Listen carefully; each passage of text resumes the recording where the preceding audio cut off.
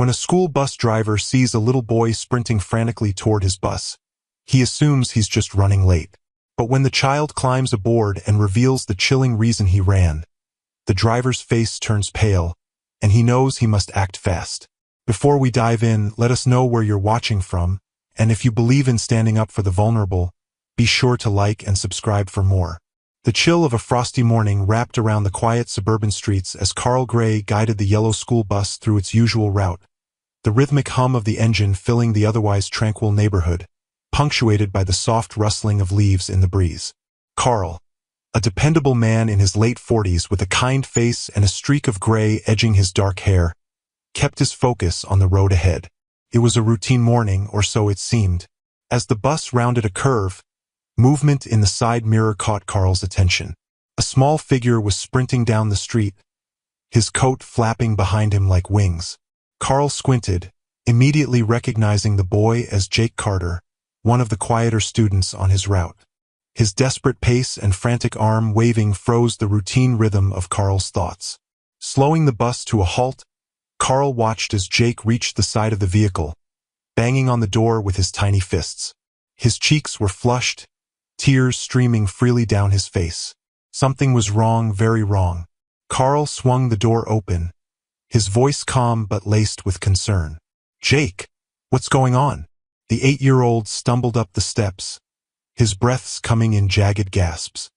His trembling hands clutched the straps of his oversized backpack, and his tear-filled eyes darted nervously back toward the modest house he'd come from. "Please," he stammered, his voice shaking, "don't leave me. I need help." Carl quickly set the bus in park and stepped down to the boy's level. "Jake, slow down," he said gently, his steady tone masking the unease rising in his chest. "You're safe here. Just tell me what's wrong." Jake's chest heaved as he struggled to find the words. I can't go back there," he whispered, his voice breaking. "He said he'd hurt me if I told anyone." Carl's jaw tightened as a chill ran through him. The boy's small frame quivered with fear, and the bruises on his wrists, barely visible under his coat sleeves, didn't escape his notice. He knelt to meet Jake's eyes, his weathered hands resting lightly on the boy's shoulders. "Jake, listen to me. You're safe now. No one's going to hurt you while you're with me. But I need you to tell me who's trying to hurt you." Jake's lips quivered, and he shook his head, fresh tears streaming down his face. I can't. He'll know I told." Carl's heart broke at his words, but he kept his voice steady. "You did the right thing coming to me. You're not alone in this. Okay? Promise?" After a moment's hesitation, Jake nodded. He wiped his nose on his sleeve and let Carl guide him to the front seat. "Stay right here," Carl said softly. "I need to make a call." Leaving the bus engine off, Carl grabbed his phone and called the school counselor, Miss Abbott. The seasoned counselor answered almost immediately, her tone growing serious as Carl explained the situation. "Jake's been on my radar for a while," Miss Abbott admitted. "He's been withdrawn lately, but nothing pointed to this. I'll call Child Protective Services right now. In the meantime, don't leave his side." "Understood," Carl replied, glancing at Jake, who sat huddled in the front seat, his knees drawn to his chest. After completing the morning route, Carl parked the bus at the school. Miss Abbott met him at the entrance, her expression grave. Together, they gently coaxed Jake into her office, where the boy clung tightly to Carl's arm, refusing to let go. "Please, don't make me go back," he whispered. Miss Abbott knelt beside him, her voice soft but firm. "Jake, we're here to help you. You're so brave for speaking up. We just need to know a little more so we can keep you safe." But Jake shook his head, silent tears spilling onto his cheeks. Carl crouched beside him again. "You've already been brave, Jake. You don't have to face this alone anymore." The sincerity in his voice seemed to reach him, and Jake nodded hesitantly, though he didn't loosen his grip on Carl's sleeve. When the CPS caseworker arrived, the atmosphere grew heavier. Jake's fear reignited as the woman introduced herself. "Jake, I'm here to help you," she said gently. "I'll take you to a safe place where no one can hurt you." "No!" Jake cried, his arms wrapping around Carl's waist.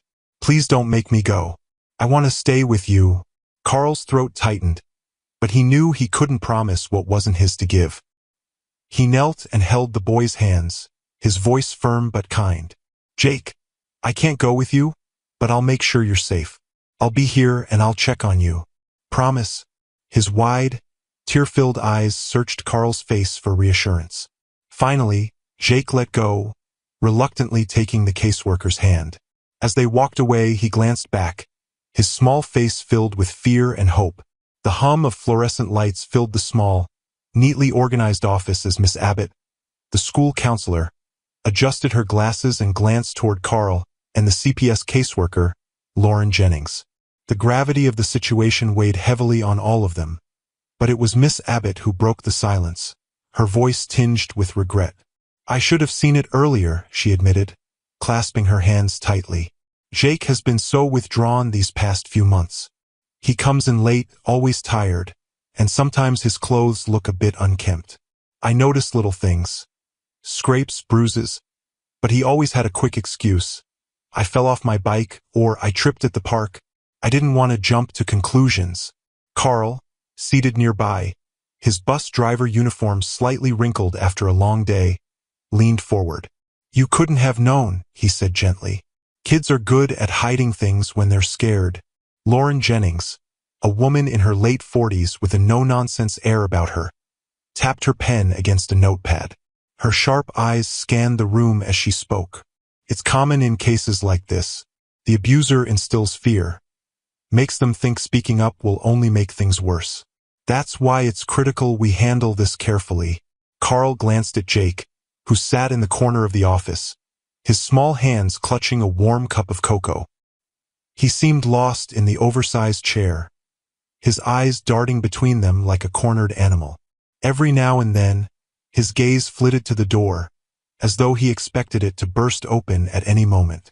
Lauren approached Jake with the practiced ease of someone used to navigating delicate situations. She crouched to the boy's level, her tone soft but deliberate.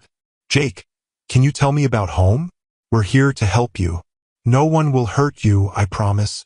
Jake shrank further into the chair, his fingers tightening around the cocoa cup, staring at the floor.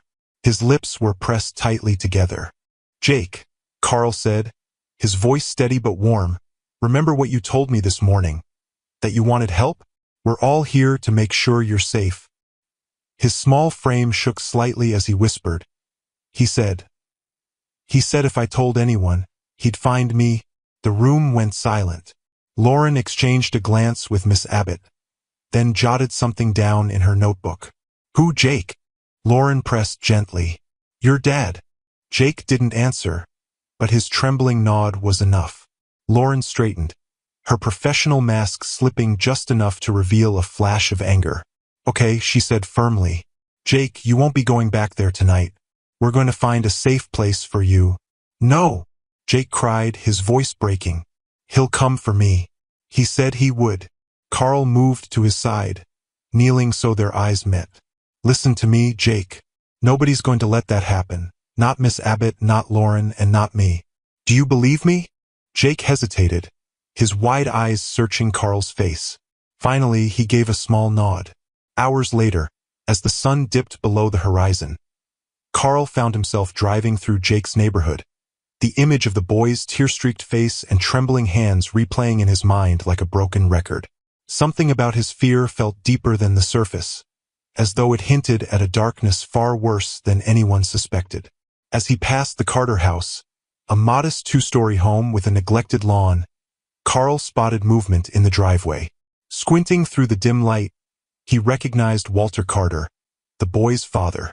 The man's broad frame was hunched as he wrestled a heavy duffel bag into the trunk of his car. Even from a distance, Walter's agitated motions were obvious, his head darting around, his shoulders tense. Carl slowed his vehicle and parked a discreet distance away, watching as Walter slammed the trunk shut and wiped his hands on his jeans. The man looked over his shoulder twice before heading back toward the house. The sight sent a chill down Carl's spine. His instincts, honed from years of working with people, told him something wasn't right. But he wasn't a cop. He couldn't barge in and demand answers. Instead, he pulled out his phone and dialed an old family friend, Detective Mark Allen. Mark picked up on the second ring. "Carl, what's up?" "I need your help," Carl said, his tone urgent. "It's about one of the kids on my route, Jake Carter. He came to me this morning, terrified, saying his dad threatened him. CPS is involved, but I just saw him loading a huge duffel bag into his car." He looked off. Mark's voice grew serious. "Did you see where he went?" "No, but he's back inside the house. I didn't want to approach him without backup." "Good call," Mark said. "I'll run his name through the system, see if anything comes up. If CPS is on this, they'll need whatever we can dig up." "Thanks, Mark," Carl replied. "I just want to make sure that boy's safe." "You did the right thing, Carl," Mark assured him. "I'll keep you posted." The next day, Lauren Jennings arrived at the Carter home, her footsteps firm as she approached the front door. The Carter house sat in quiet defiance against the dimming twilight, its curtains drawn tightly and its exterior freshly painted, as though trying to present an image of perfection. Lauren, clipboard in hand, squared her shoulders as she approached the front steps. The earlier tension with Walter Carter lingered in her mind, sharpening her instincts as she prepared for another confrontation. This time, she was determined to dig deeper. Walter answered the door almost immediately. A strained smile stretched across his face. "Can I help you?" he asked, his tone hovering between forced politeness and thinly veiled irritation. "Mr. Carter, I'm Lauren Jennings with Child Protective Services," she said, flashing her badge. "I'm here to talk to you about Jake." Lauren replied evenly, stepping into the house without waiting for an invitation. Her practiced eye scanned the living room. It was immaculate, but a strong chemical smell of bleach hung in the air, sharp and unmistakable. Walter gestured toward the couch. "I already spoke to the school. Jake's fine. There's nothing to worry about. But please, come in, make yourself at home." She ignored his attempt at charm, her focus instead on the details that didn't add up. The carpet looked freshly shampooed, its dampness faintly visible under the lamp light. On a side table, a pile of framed photos stood conspicuously tidy, as if hastily arranged. She picked up one of the frames, a picture of Walter, Jake, and a woman she assumed was Rachel Carter. "That's my wife," Walter said, his voice tightening slightly. "Well, ex-wife now. She left us about a year ago. It's been tough on Jake." "Jake mentioned his mother earlier," Lauren said, setting the frame down carefully. "He seemed upset." Walter shrugged, leaning against the doorway. "What kid wouldn't be? Rachel walked out on us without a second thought. I've been doing my best to hold things together. But you know how it is." Lauren nodded, keeping her expression neutral. "You said earlier that Jake's been struggling. Can you elaborate?" Walter's demeanor shifted, a flicker of annoyance crossing his face. "He's 8 years old. He's bound to have some bad days. Kids fall, they get upset, they say things they don't mean. And the injuries?" Lauren pressed, her tone firm but not confrontational. "Accidents," Walter replied quickly. "He's clumsy, always has been. Fell off his bike last week. Scraped his knee. You know how kids are." Lauren let the silence stretch, watching as Walter's discomfort grew.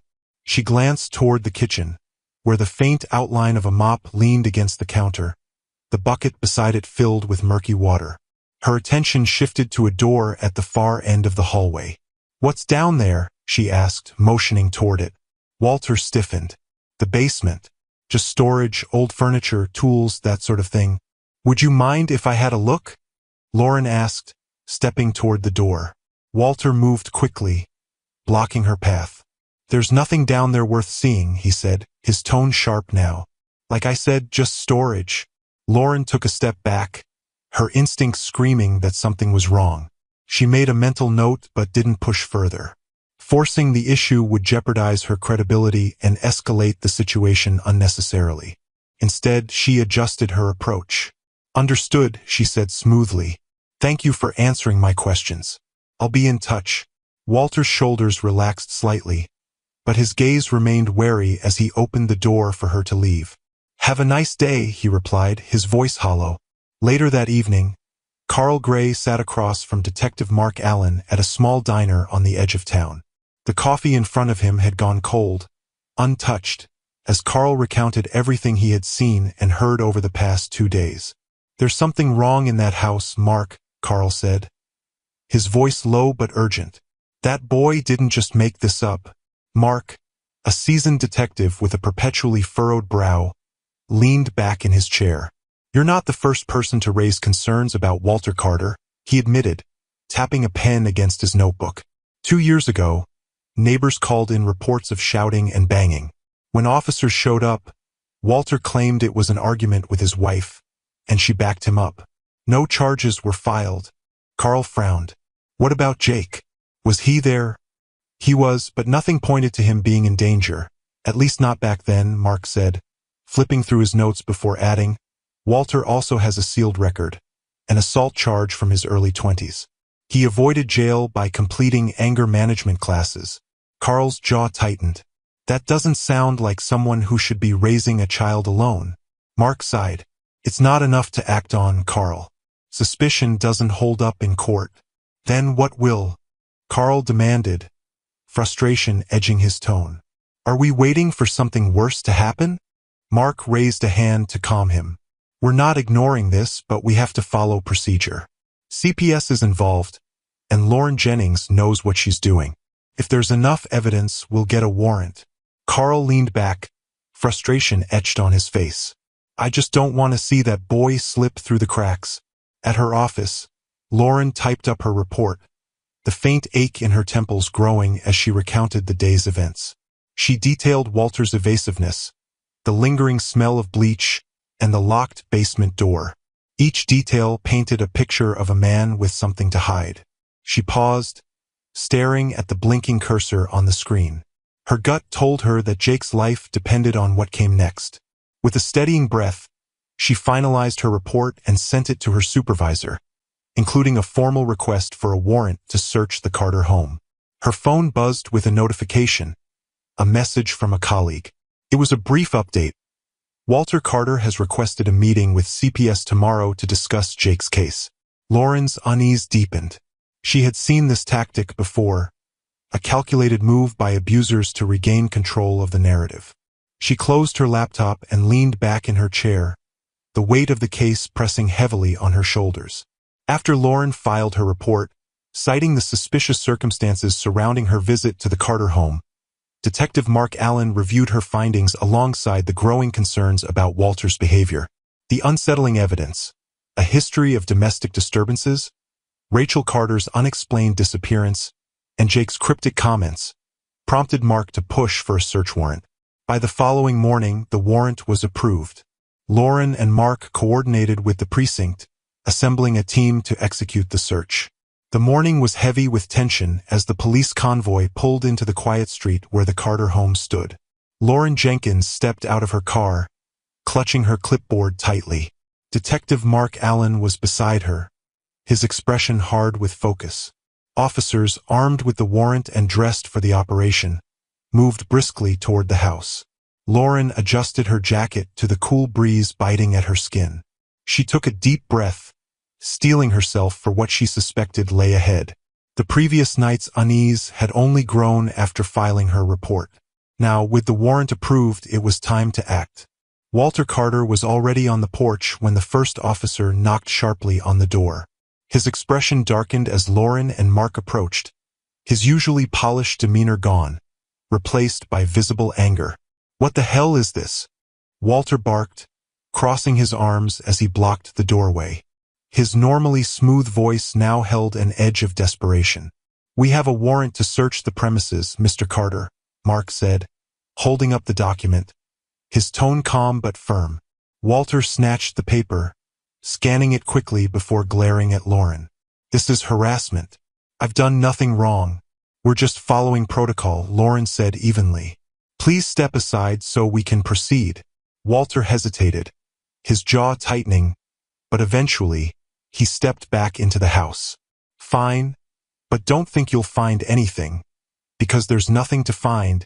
The house was as pristine as Lauren remembered, its meticulous order giving the unsettling impression of a stage set for appearances rather than a lived-in home.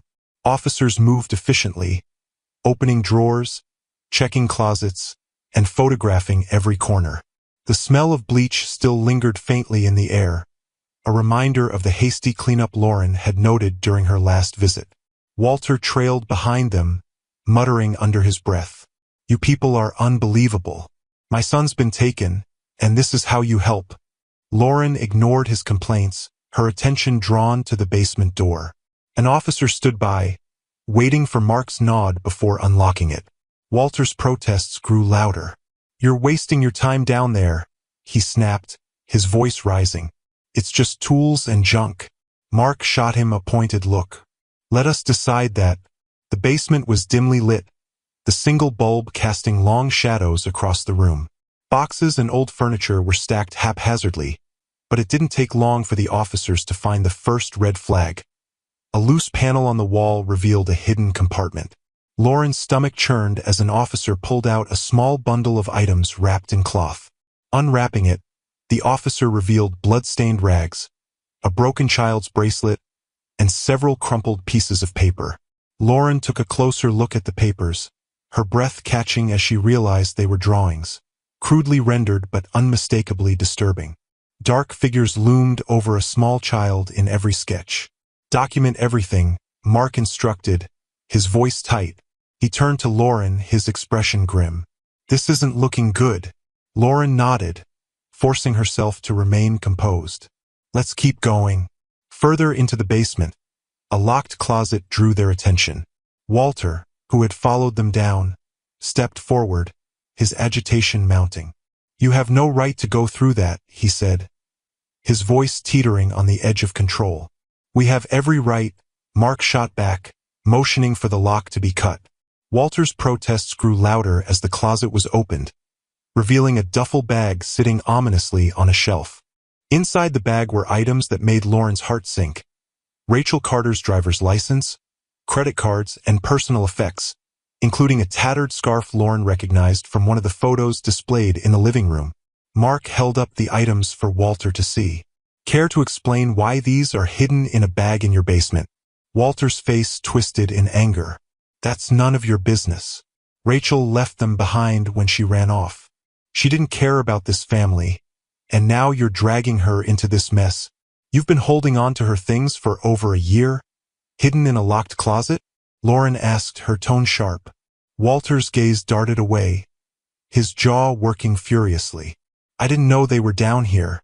She must have left them when she moved her stuff." Before Lauren could respond, the sound of footsteps echoed from above. Walter's lawyer, a sharp-suited man with an air of smug confidence, descended the stairs. "All right, that's enough," the lawyer said, his tone clipped. "This search is over." Mark stepped forward, unfazed. "We have a warrant, and we're not finished." "You found what you're going to find," the lawyer countered, his voice cold. "Any further actions will be viewed as harassment, and I'll make sure my client's rights are protected." Anders stared him down for a long moment before nodding to his team. "Document everything and wrap it up." Back upstairs, Lauren stood by the front door, her thoughts racing.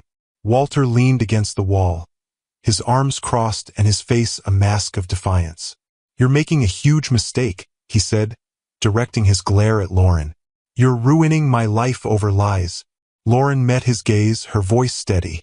"We'll let the evidence speak for itself." As she stepped outside, Mark joined her.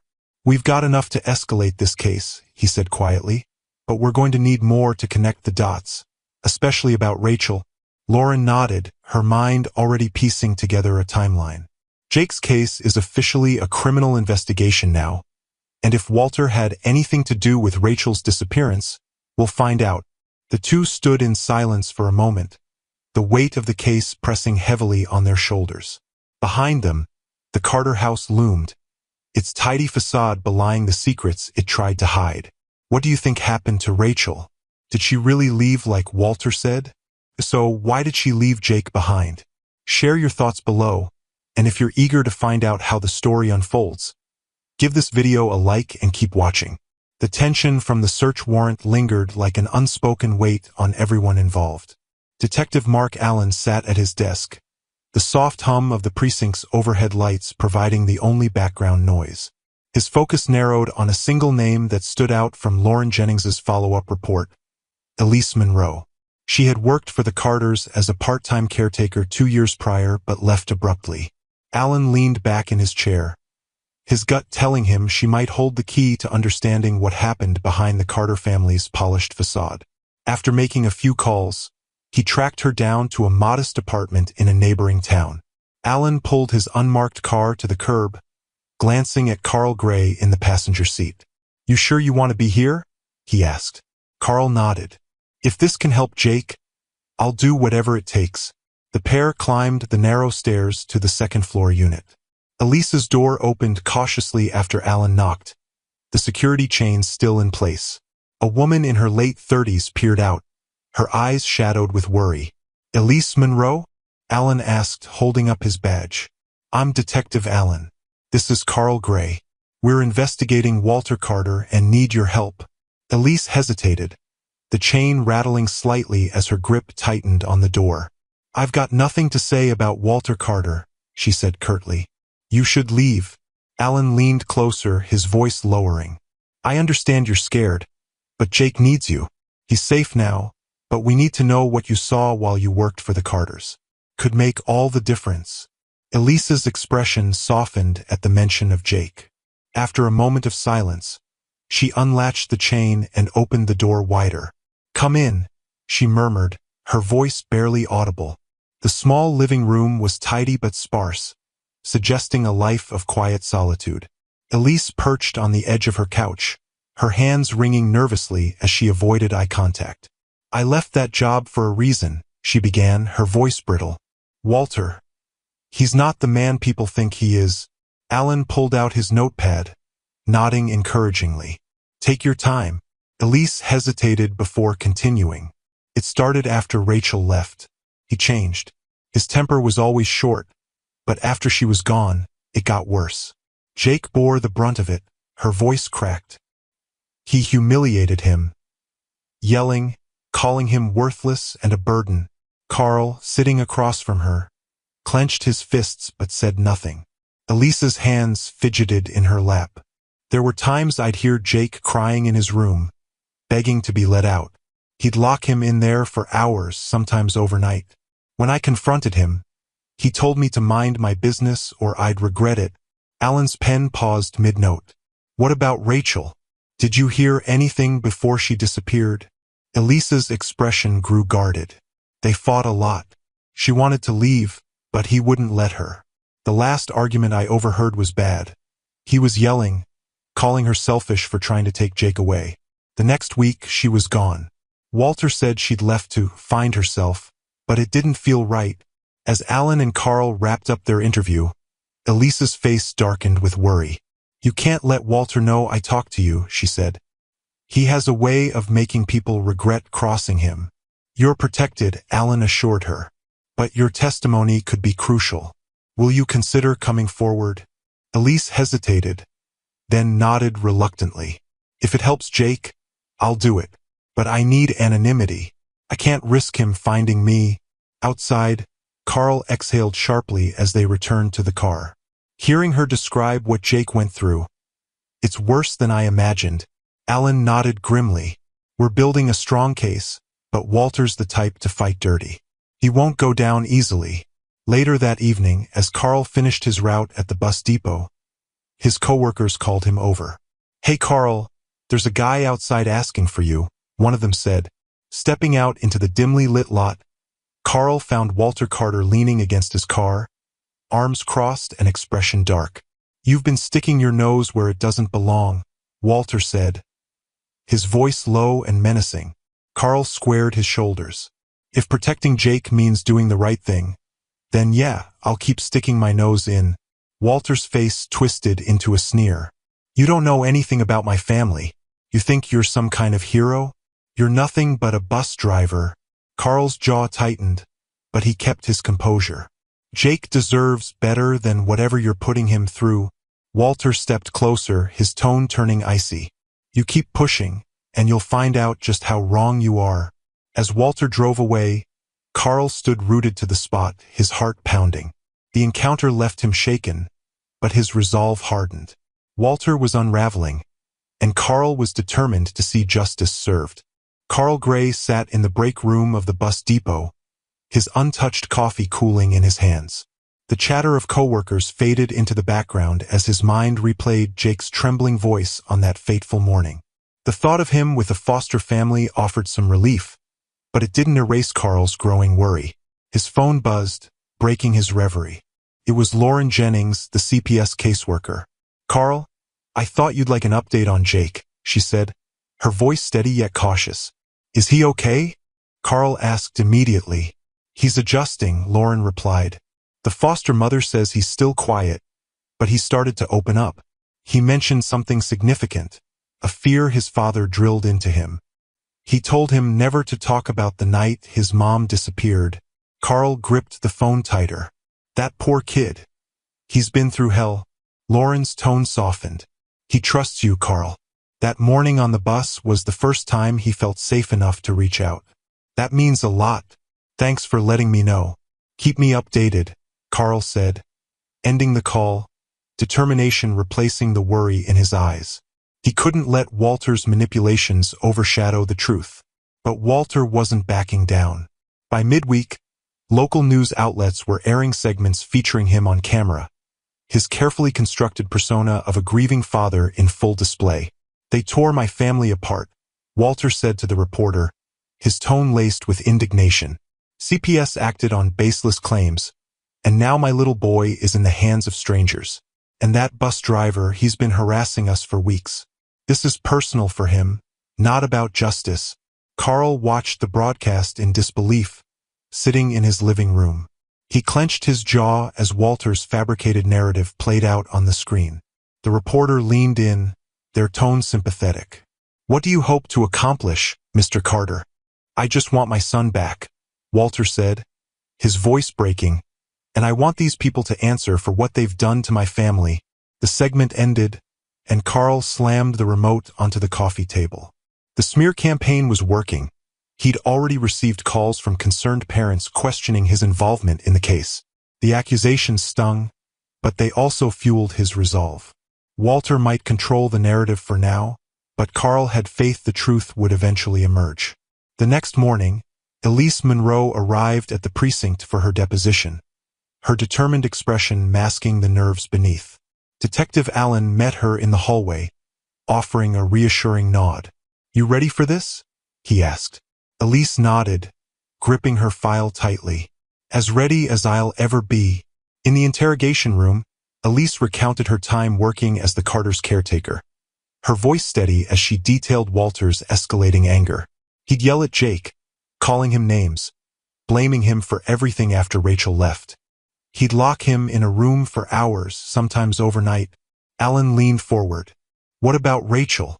Did you ever witness anything involving her directly?" Elise hesitated, then nodded. "I heard them fighting more than once. One time, Rachel screamed, 'You're gonna kill us,' during a particularly bad argument. I reported it, but Walter convinced the responding officers it was just a misunderstanding. That was only days before she disappeared." Elise's voice faltered slightly as she continued. "Walter's behavior wasn't just anger. It was control. He wanted everyone in that house to feel powerless." Walter's attorney wasted no time attacking the credibility of the case against his client during the preliminary hearing. He targeted Elise Monroe's testimony.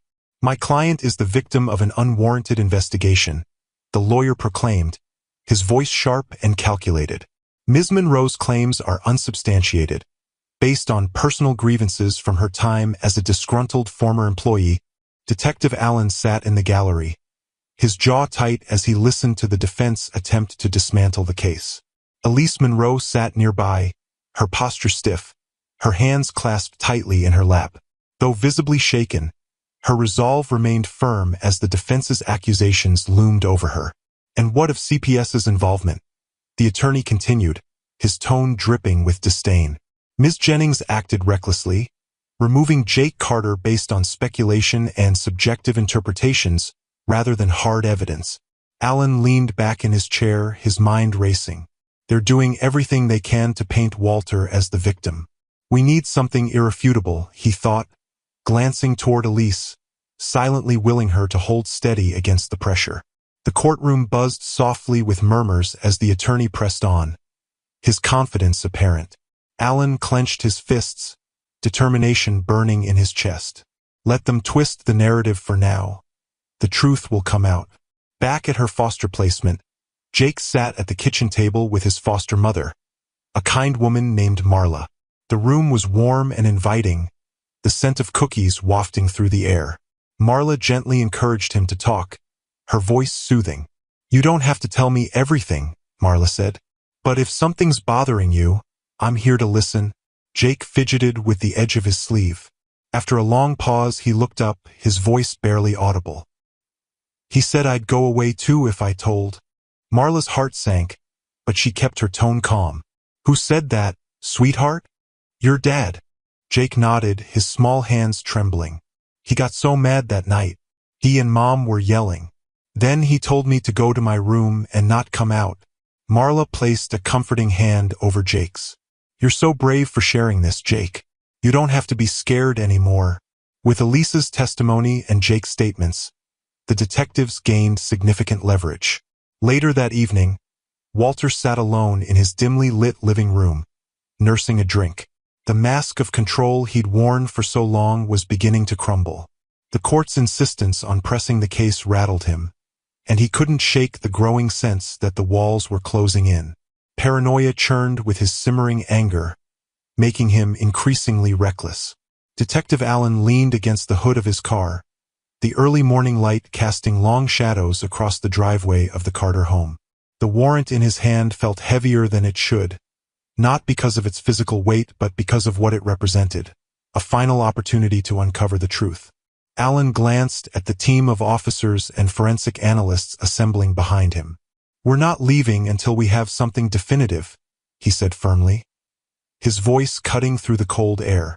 The front door creaked open as Walter Carter, visibly agitated, stepped outside, his jaw clenched. His lawyer, a slick-suited man with a calm veneer, followed closely behind. "This is harassment," Walter barked, his eyes darting between Allen and the officers. "You've already torn my home apart once." Allen approached Walter, holding up the warrant.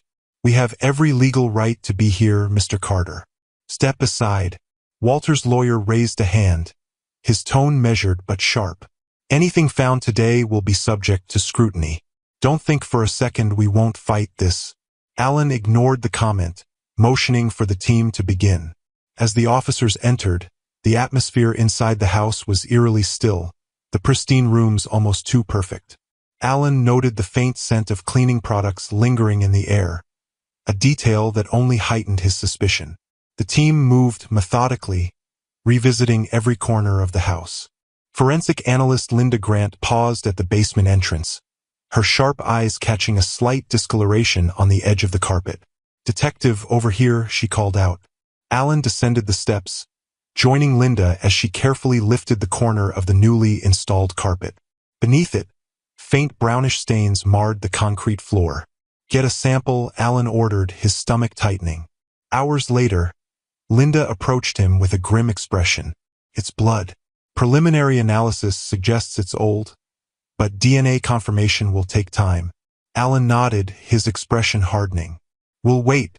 As the search continued, another officer found a dusty box shoved behind a stack of paint cans in the garage. Inside was a phone, likely Rachel's. Allen flipped through the phone, its cracked screen showing a series of unsent text messages. "Walter, please stop. You're scaring me. I can't keep living like this. Jake's watching. Please, for his sake." Allen felt a wave of anger rise in his chest. He handed the phone to one of the technicians. "Catalog this. Every detail." By late afternoon, the team had collected enough evidence to issue Walter's arrest. Allen approached the man who sat in the living room with his lawyer. The air between them was thick with tension. "Walter Carter, you're under arrest for the suspected murder of Rachel Carter," Allen said, his voice steady. Walter shot to his feet, his face twisting with rage. "This is insane," he shouted, his lawyer grabbing his arm to restrain him. "You have nothing. Rachel left me. She's probably somewhere laughing at all of this." Alan stepped closer, his voice calm but cold. The evidence says otherwise. As officers escorted Walter to the squad car, the neighborhood gathered outside, their murmurs punctuated by the click of cameras from curious onlookers. Walter's lawyer trailed behind, loudly protesting the legality of the search. But Alan barely registered it. His focus was now on building an airtight case. In the sterile confines of the interrogation room, Walter sat across from Alan, his defiance unwavering. "You're making a mistake," Walter said, leaning back in his chair. "Rachel was unstable. She left on her own. And you people are desperate to pin this on me." Alan leaned forward, his gaze sharp. "You're right about one thing. We're desperate to get justice for Jake and Rachel. And the evidence in your basement tells a much different story than the one you're spinning." Walter scoffed, crossing his arms. "Evidence? You mean some stains on a floor that could be from anything? You've got nothing solid." Alan didn't flinch. "We also found Rachel's belongings in your garage. Her phone has messages that paint a very clear picture of what she was going through." Walter's mask of control cracked for a moment, his lips pressing into a thin line. "She was dramatic," he muttered, "always playing the victim."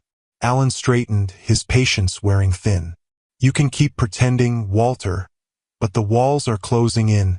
Meanwhile, Carl Gray sat in his bus depot, his mind racing with everything that had transpired. A call from Lauren Jennings broke through his thoughts. "Carl, I think you should know. Jake's been asking to see you." Carl hesitated, the weight of the situation pressing down on him. "Is that even allowed? I don't want to make things harder for him." "He finds comfort in you," Lauren replied gently. "Sometimes a familiar face can make all the difference." Later that evening, Carl arrived at the Foster home. Jake met him at the door, his small frame trembling slightly, but his face lighting up with a shy smile. "Hi, Mr. Carl," he whispered. Carl knelt down, his eyes softening. "Hey, kiddo. How are you holding up?" Jake hesitated before stepping forward and wrapping his arms around his neck. "Thank you for believing me," he murmured. The moment was brief but powerful, and Carl left with renewed determination to see justice served. Back at the precinct, the evidence against Walter was piling up, but his lawyer wasn't going down without a fight. A motion was filed to dismiss the charges, citing supposed irregularities in the search. The legal battle ahead loomed large, but Alan wasn't deterred. "We'll make sure this sticks," he said to Lauren, his tone resolute. "Walter's lawyer can delay, but he can't hide the truth." Lauren nodded, her gaze steely. "Jake deserves this. Rachel deserves this." As the team prepared for the next steps, Walter's calm facade began to shatter under the weight of his crumbling lies. The truth was coming, and there was no escape. The investigation reached a pivotal moment when Detective Allen discovered that Walter Carter had sold his car to a junkyard just days after Rachel's disappearance. The timing was suspicious enough to warrant immediate action. With a court order in hand, Allen and a forensic team descended on the junkyard, sifting through rows of derelict vehicles until they located the car. Inside the trunk, faint stains were visible beneath a layer of dirt and grime. A quick presumptive test confirmed the presence of blood. "Bag it," Allen instructed the team, his tone grim. The forensic analysts carefully collected samples, and later lab results confirmed the blood was a match for Rachel Carter. The discovery wasn't just another clue. It was the missing link tying Walter directly to her presumed death. At the precinct, Walter sat in the interrogation room, his demeanor a volatile mix of simmering anger and feigned indifference. The evidence was laid out in front of him. Photographs of the bloodstains, forensic reports, and timelines that dismantled his alibi piece by piece. Detective Allen entered the room with Lauren Jenkins, their presence a deliberate show of unity. Allen sat across from Walter, leaning forward slightly. "You've got one chance to tell the truth, Walter," he said. "We found the car. We found Rachel's blood in the trunk. The lies stop here." Walter's jaw tightened as he stared at the evidence, his nostrils flaring. "You're making this up," he spat, his voice shaking. "This is a setup, a damn setup. You and that CPS lady are working together to ruin me." Lauren, standing near the door, kept her tone measured. No one's fabricating anything, Walter. This is the reality. Rachel didn't vanish into thin air, and you can't keep dodging the truth. Walter's temper boiled over. He slammed his fists on the table, the sharp sound reverberating through the room. You think you're so clever, don't you? He barked. This whole thing is a witch hunt. You don't have a shred of proof I did anything wrong. Alan remained unflinching, his voice calm but firm. The proof is in that car and in the stories people around you are finally telling. The blood doesn't lie, Walter, and neither do the people you've hurt. Walter's breathing grew erratic. His face flushed as he glared at the photographs in front of him. His facade of control was crumbling. She wouldn't listen, he blurted, his voice cracking.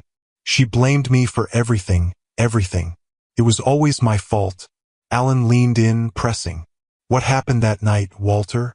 Did things get out of hand? Walter slammed his fists on the table again, his voice rising. I didn't mean to. He stopped himself, his words hanging in the air like a thunderclap. His hands trembled as he buried his face in them. I didn't mean to kill her, he whispered, his voice muffled and broken. The room fell into a tense silence. Lauren exchanged a glance with Alan, the weight of Walter's confession sinking in. He didn't look up, his shoulders sagging as he began to sob. The fight drained from him. The confession was both a victory and a tragedy, marking the unraveling of a man who had tried so desperately to hide his crimes.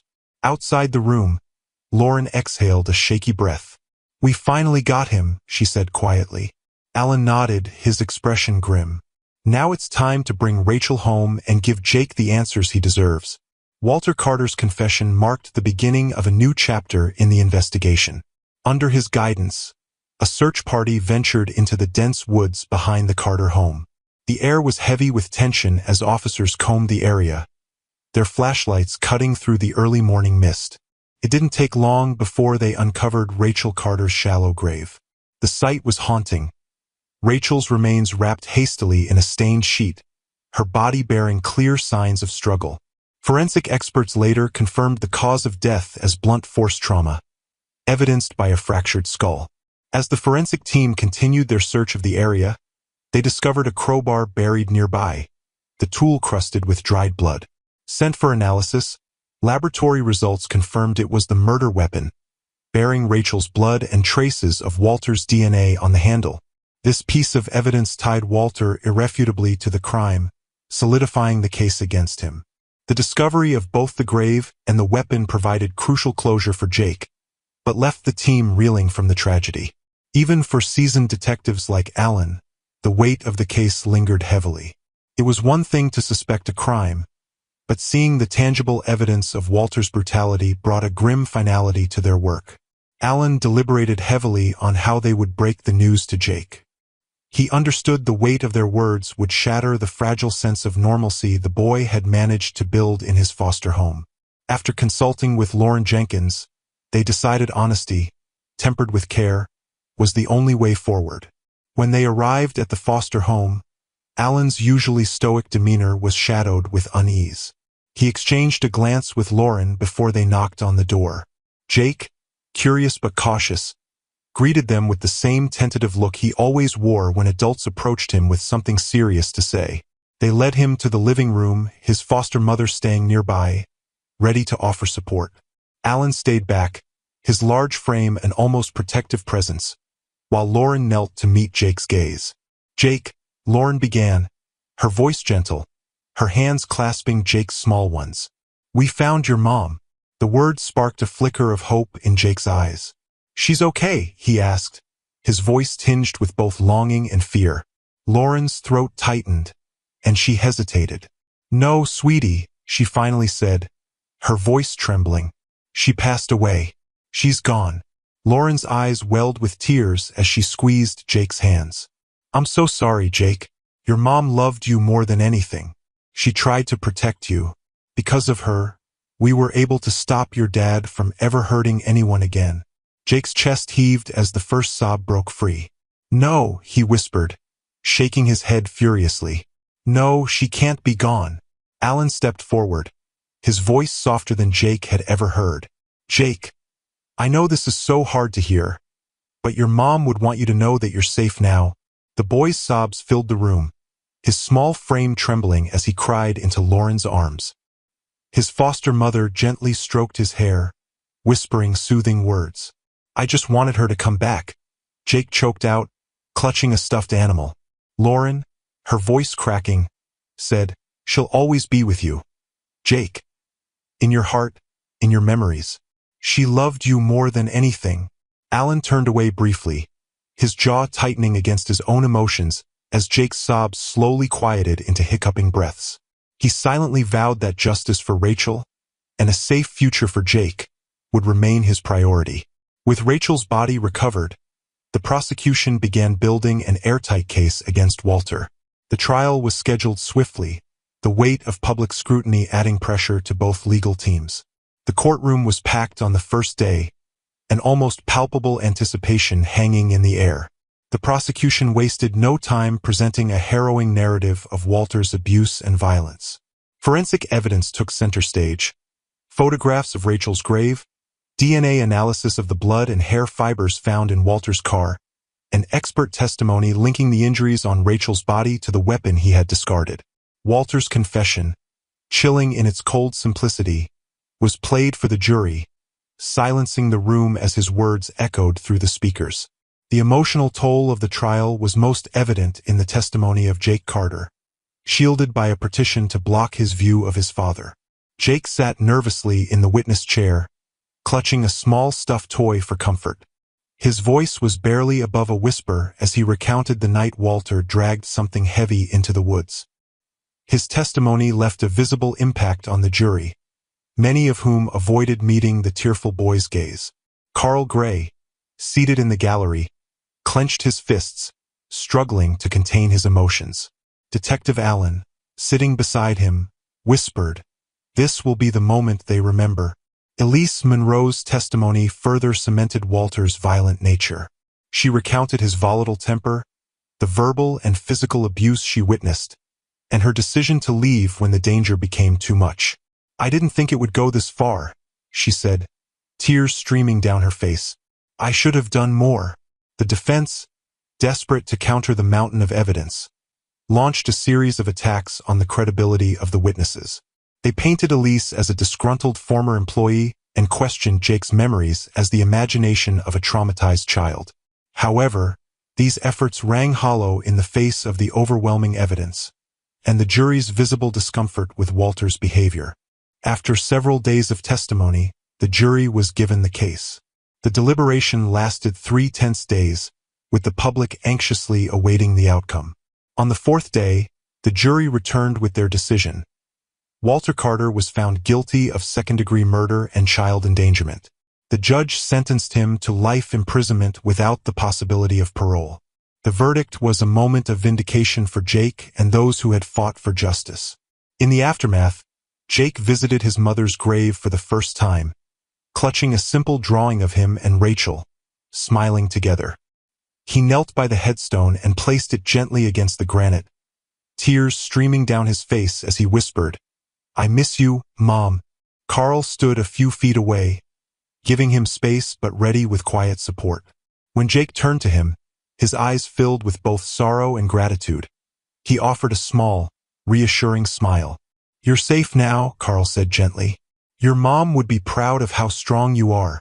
As Jake wiped his tears and stood, the weight of his loss mingled with the faint stirrings of hope. The chapter of his father's tyranny was closed, and while the scars would remain, he was finally free to begin healing. The Parker residence was tucked away in a quiet neighborhood, its white picket fence and blooming flower beds exuding a sense of calm that Carl Gray hadn't felt in weeks. He parked his car beside Detective Allen's vehicle and stepped out, joining Allen and Lauren Jennings as they approached the house. Mrs. Parker greeted them warmly at the door, her kind smile setting the tone for the visit. "Jake's been waiting for you all morning," she said, her voice full of maternal pride. "He's upstairs. I'll let him know you're here." Inside, the home was cozy, filled with soft light and the faint aroma of cookies baking in the kitchen. Carl noticed photographs on the walls, pictures of the Parkers and other children they had fostered over the years. For the first time since meeting Jake, Carl felt a sliver of hope for the boy's future. Jake appeared at the top of the stairs, his tiny frame lost in an oversized sweater. In one hand, he clutched a worn stuffed bunny, its ears frayed from years of comfort. He paused, peering down at the visitors with wide, uncertain eyes. "Hi, sweetheart," Carl said gently, his voice as soft as the smile tugging at his lips. He took a step closer and knelt to the boy's level, his arms open in a silent invitation. For a moment, Jake hesitated, his grip on the bunny tightening. Then, with a sudden burst of energy, he ran down the stairs and threw his arms around Carl's neck. "Hi, Mr. Carl," he exclaimed, his voice bright and filled with a newfound warmth. "I missed you." Carl's throat tightened as he held him close, his large hand gently patting the boy's back. "I missed you too, kiddo," he managed, his voice slightly hoarse. Lauren Jennings and Detective Allen stood by, their faces softening as they watched the exchange. Jake turned toward them, a small, shy smile creeping onto his face. "Thank you for coming to see me," he said quietly, stepping forward to offer each of them a hug. His embrace was gentle but carried a sincerity that made both Allen and Lauren pause. "You're very welcome, Jake," Lauren said warmly, brushing a loose strand of hair from his forehead. "You're doing so well here. We're so proud of you." Jake's eyes sparkled with a mix of gratitude and joy. "You're all my family," he said simply, his voice steady, as if he'd been practicing the words in his mind. As Jake settled onto the couch, he chatted animatedly about his new school and the friends he was making. The contrast struck Carl, Lauren, and Allen. The frightened, trembling little boy who had clung to Carl on the bus that morning seemed like a distant memory. His once panicked eyes now shone with hope, and his tentative smile had bloomed into something full and genuine. The three exchanged a glance, their unspoken thoughts clear. Jake's resilience reminded them that even in the darkest of cases, there was a chance for light to break through. When it was time to leave, Jake clung to each of them, as if afraid they might disappear. He hugged Lauren and Allen quickly, but lingered in Carl's arms. "Thank you for everything," he said, his voice muffled against Carl's shoulder. Carl's voice cracked as he replied, "You're welcome. Don't hesitate to reach out if you ever need anything." Outside, the three stood silently by their cars, the weight of the case lingering between them. "Cases like this remind us why we do this job," Detective Allen said, his voice low but resolute. "It's about more than the law, it's about giving people like Jake a chance." As Carl drove home, the events of the past weeks replayed in his mind. The desperate plea for help, the relentless search for answers, and the heartbreaking discovery of Rachel's fate. Yet amidst the tragedy, Jake's courage and resilience stood out as a beacon of hope. He glanced in his rearview mirror one last time, catching a glimpse of the Parker house fading into the distance. For the first time in weeks, he allowed himself to exhale, knowing Jake was safe, loved, and beginning to heal. In that moment, Carl realized the profound impact of one small act: stopping the bus, listening, and believing. It was a reminder of the quiet power of compassion and the extraordinary outcomes it could inspire. Smiling faintly, he turned onto his street, ready to embrace the peace of his own home, content in the knowledge that he had made a difference.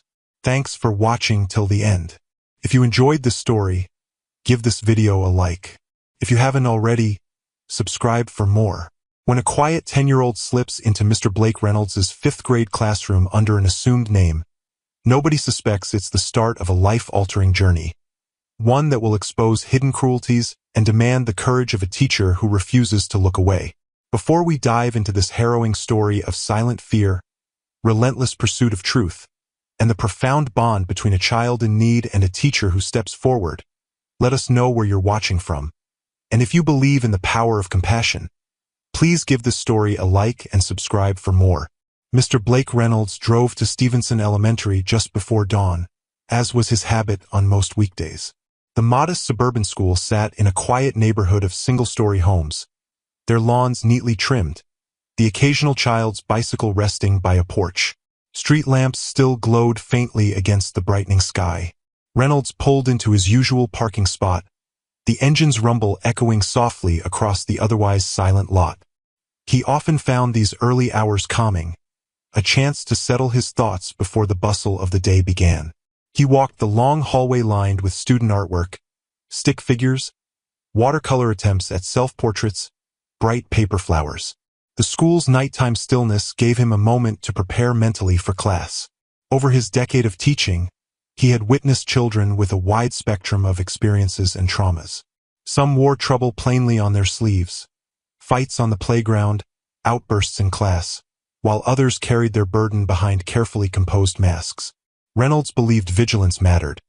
The best teachers looked beyond test scores, spotting pain lurking in a child's eyes or behind a shaky smile. That particular morning, a faint sense of anticipation hummed through the faculty lounge. Rumor had it a new student, Leo Bishop, would be arriving mid-semester in Reynolds's 5th grade class. The office staff had offered little detail beyond a note that the child's father, Mark Bishop, had requested the transfer abruptly from a different district. Reynolds found it slightly odd. Transfers typically came with more explanation, perhaps a parental job relocation or a mention of disciplinary issues. But here, everything seemed hurried, the paperwork incomplete. The front office secretary, Ms. Langley, had apologized for the lack of clarity. She had told Reynolds to expect the boy by mid-morning. Reynolds shrugged it off. He planned to welcome Leo with the same warmth he gave any newcomer. A welcoming introduction, a quick seat assignment, and a gentle orientation to class routines. Outside, daylight finally broke through the clouds, and children began streaming onto campus. Reynolds stood by his classroom door, greeting them with a smile, a routine he cherished.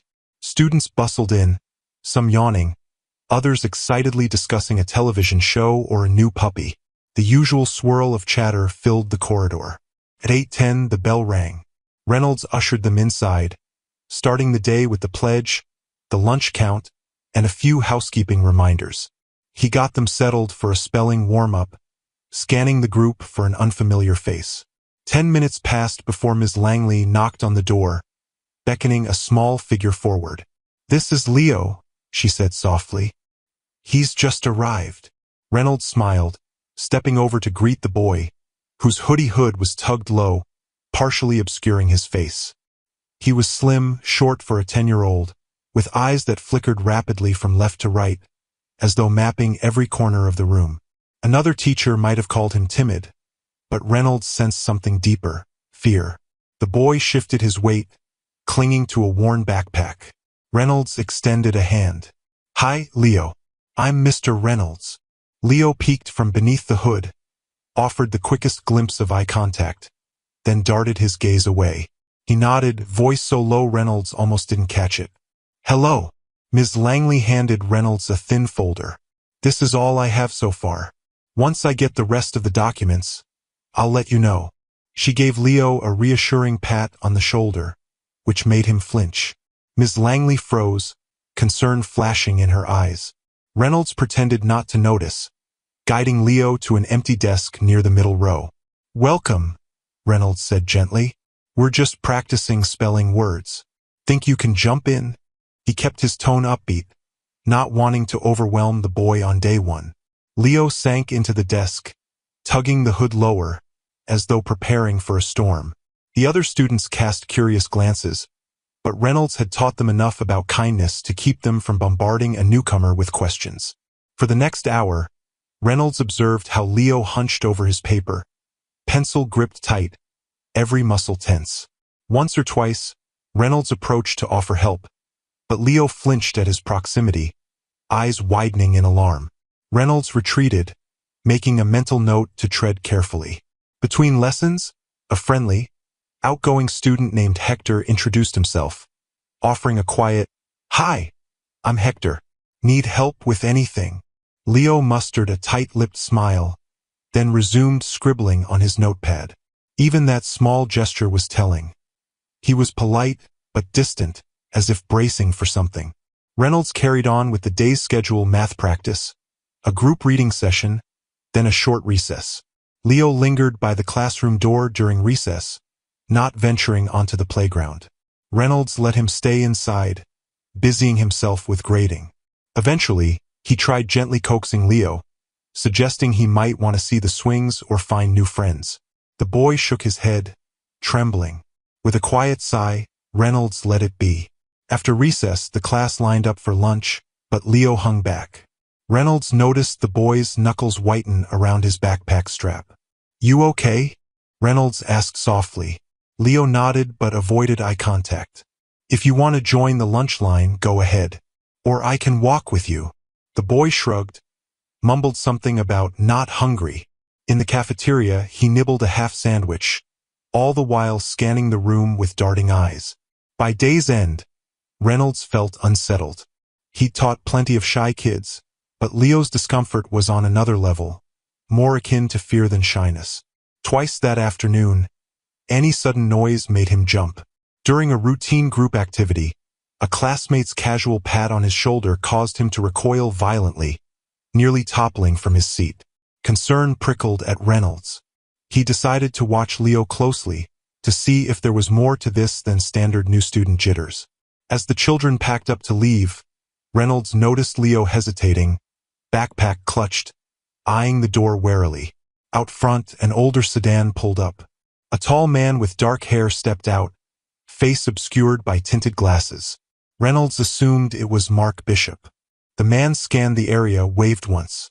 Leo hurried outside, shoulders hunched. Reynolds observed the exchange from the doorway. No smiles, no chatter. The man placed a hand on Leo's back, guiding him into the car. Leo stiffened at the touch. Reynolds's gut twisted.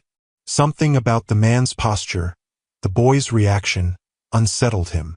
He tried to shrug it off. Maybe they were just a reserved family. Yet the sense of unease lingered as he locked up his classroom and drove home through quiet streets lined with maples shedding orange leaves. By the time he reached his small ranch house, night had fallen, bringing a chilly wind that rattled the branches. He spent the evening preparing the next day's lesson, but Leo's tense figure kept resurfacing in his mind. The next morning, Reynolds arrived at school early again, determined to glean more about Leo's situation from Ms. Langley. She apologetically admitted there was little information in the file, just a transfer note from an out-of-town district, no phone number, no medical records, no mention of prior schools beyond one slip of paper that might be incomplete. Reynolds frowned. Such sloppy paperwork was rare. It usually signaled something was amiss. Later that morning, Mark Bishop didn't drop Leo off. Instead, the boy arrived on foot, slipping into the building alone. Once more, he wore the hoodie zipped high, hood up, as if hiding. During class, whenever Reynolds approached, Leo tensed. Reynolds tried to draw him out gently with straightforward questions. Favorite subjects, hobbies. Leo offered one-word answers, always scanning the classroom as if expecting trouble. During lunch, a near accident happened that set Reynolds's alarm bells ringing. A student at the next table accidentally spilled a small carton of milk. The tiny splash landed near Leo's shoes. He let out a sharp, guttural cry that halted all cafeteria chatter. Reynolds hurried over, seeing the wild terror in Leo's eyes. The boy's face went pale, breath ragged. He seemed certain something awful was about to happen. Even the lunch supervisor gaped, uncomprehending. The spilled milk posed no harm, yet Leo shrank away, hands up defensively. Reynolds knelt, carefully picking up the dropped carton. "It's okay," he said, forcing a calm tone. "Just an accident." But Leo remained rigid, shoulders shaking. After a moment, he stood and rushed from the cafeteria, leaving his tray behind. Reynolds excused himself to follow, finding Leo outside, pressed against the wall, eyes tightly shut. Gently, Reynolds placed a hand near but not on the boy's shoulder. "Leo," he said softly. Leo opened his eyes, tears brimming. I'm sorry," he whispered, voice thick with shame. I was startled. I thought. He fell silent. "You're safe," Reynolds assured, heart clenching at the raw panic. "Nobody's angry. Accidents happen." The boy nodded shakily, though his breath still came in uneven rasps. Reynolds ushered him back inside once Leo seemed calmer, But the incident left Reynolds deeply disturbed. This wasn't typical anxiety or sensitivity, this was trauma. That afternoon, in gym class, Reynolds strolled by to ensure all was well. The children were running laps, preparing for a small relay race. Leo wore sweatpants and a long-sleeve shirt under the hoodie, even though the gym was warm. As Reynolds chatted with the gym teacher, Ms. Garrett, he saw Leo trip, tumbling to his knees. Ms. Garrett offered a hand to help him up, and his sleeve rode up a bit. In that brief glimpse, Reynolds noticed a fresh, raw burn mark on Leo's forearm. An angry red welt blistered around the edges. His gut twisted. Ms. Garrett must have seen it too because she gasped, eyes wide. Leo yanked the sleeve down, mumbling he was fine, refusing assistance. Reynolds stepped closer, intending to ask if he needed the nurse, but the look in Leo's eyes was pure dread. The boy sprinted off to join the group, as if distance could erase the reveal. Ms. Garrett turned to Reynolds, voice low. "That burn looked bad. Did you see that?" Reynolds nodded, tension coiling in his chest. "He's not the type to get into fights," he said. "And that burn was severe. It didn't look accidental." Ms. Garrett grimaced, adding that she planned to fill out an incident note. Reynolds said he would do the same, suspecting child abuse. This wasn't a small bruise or a typical playground scrape.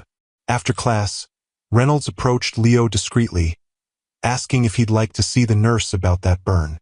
The boy's reaction was almost feral. He clutched his arm, eyes brimming with tears, whispering, "No nurse. No one needs to see. It's not that bad." Reynolds tried to reassure him, but Leo shook his head, trembling, and mumbled something about, "My dad's going to be mad." Then he went quiet, face ashen. Reynolds swallowed, deciding enough was enough.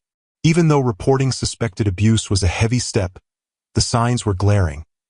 A child terrified of everyday mishaps, flinching from touch, now sporting a suspicious burn. Reynolds resolved to file a formal report with Child Protective Services that evening. When the final bell rang, Mark Bishop reappeared in the same older sedan. Leo trudged out, shoulders slumped. Reynolds followed at a distance, wanting another look at the father's manner. Bishop opened the passenger door with abrupt movements.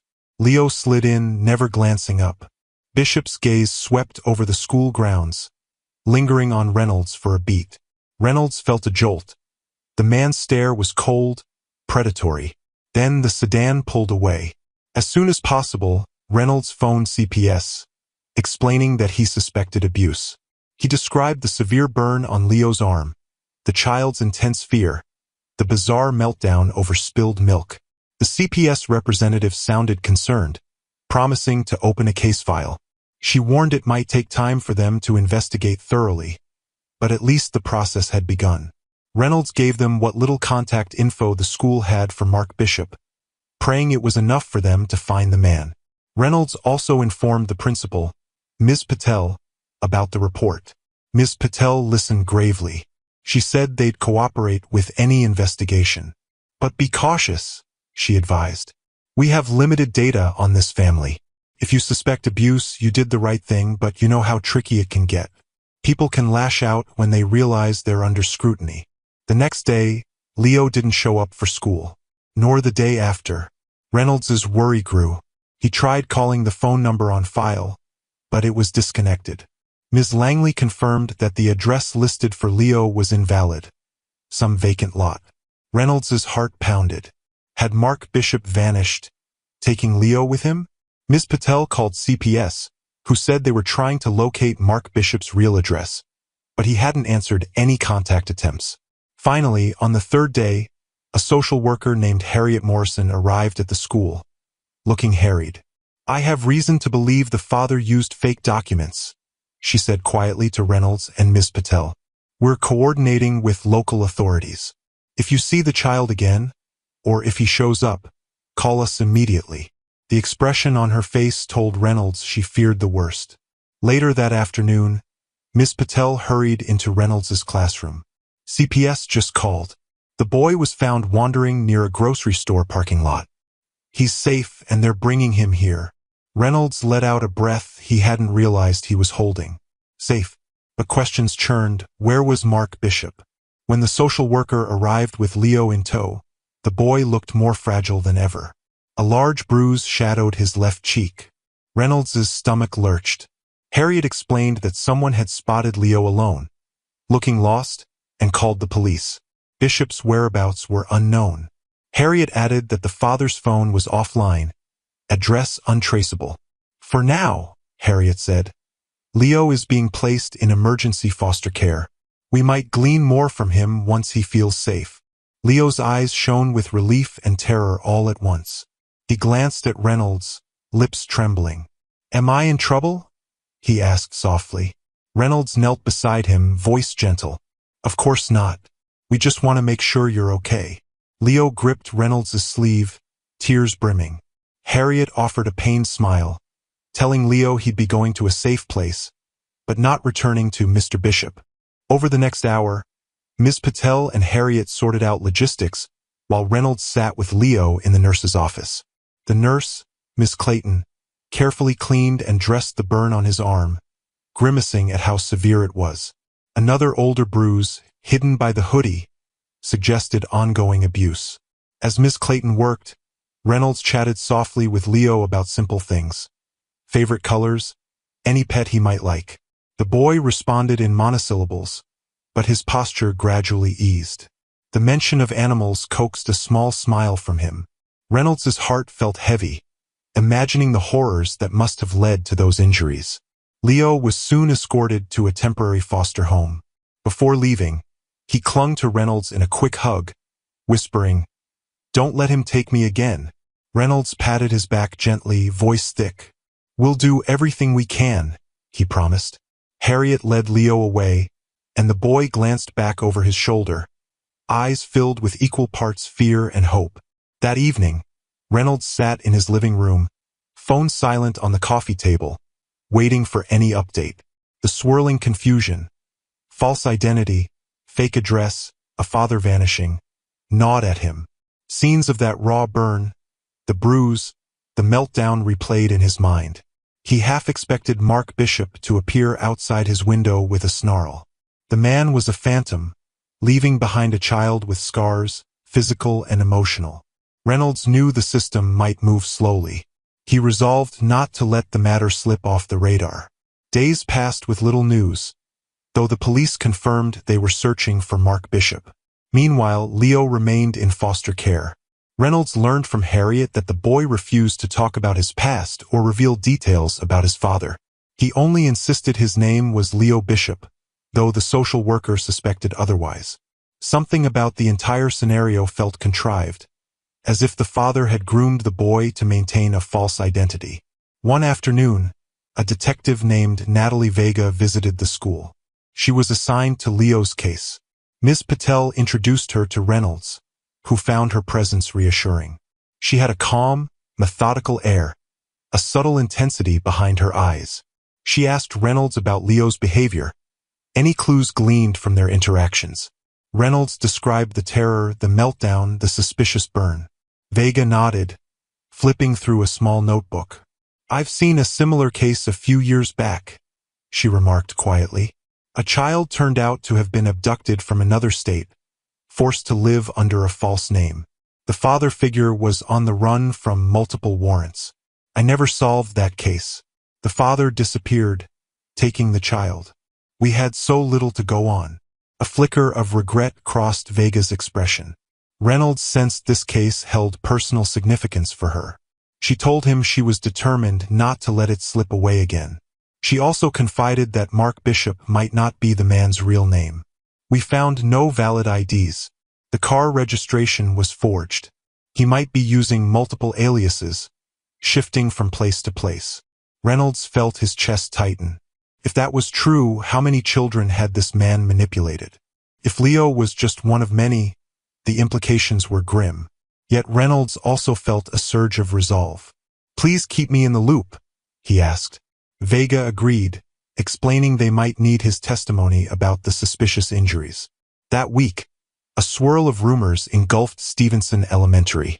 Some staff members hinted that Reynolds had overreacted. Others quietly praised him for possibly saving a child from monstrous harm. A few parents, alarmed by the mention of a fugitive father, demanded updates. Ms. Patel tried to contain the gossip, focusing on the well-being of the students.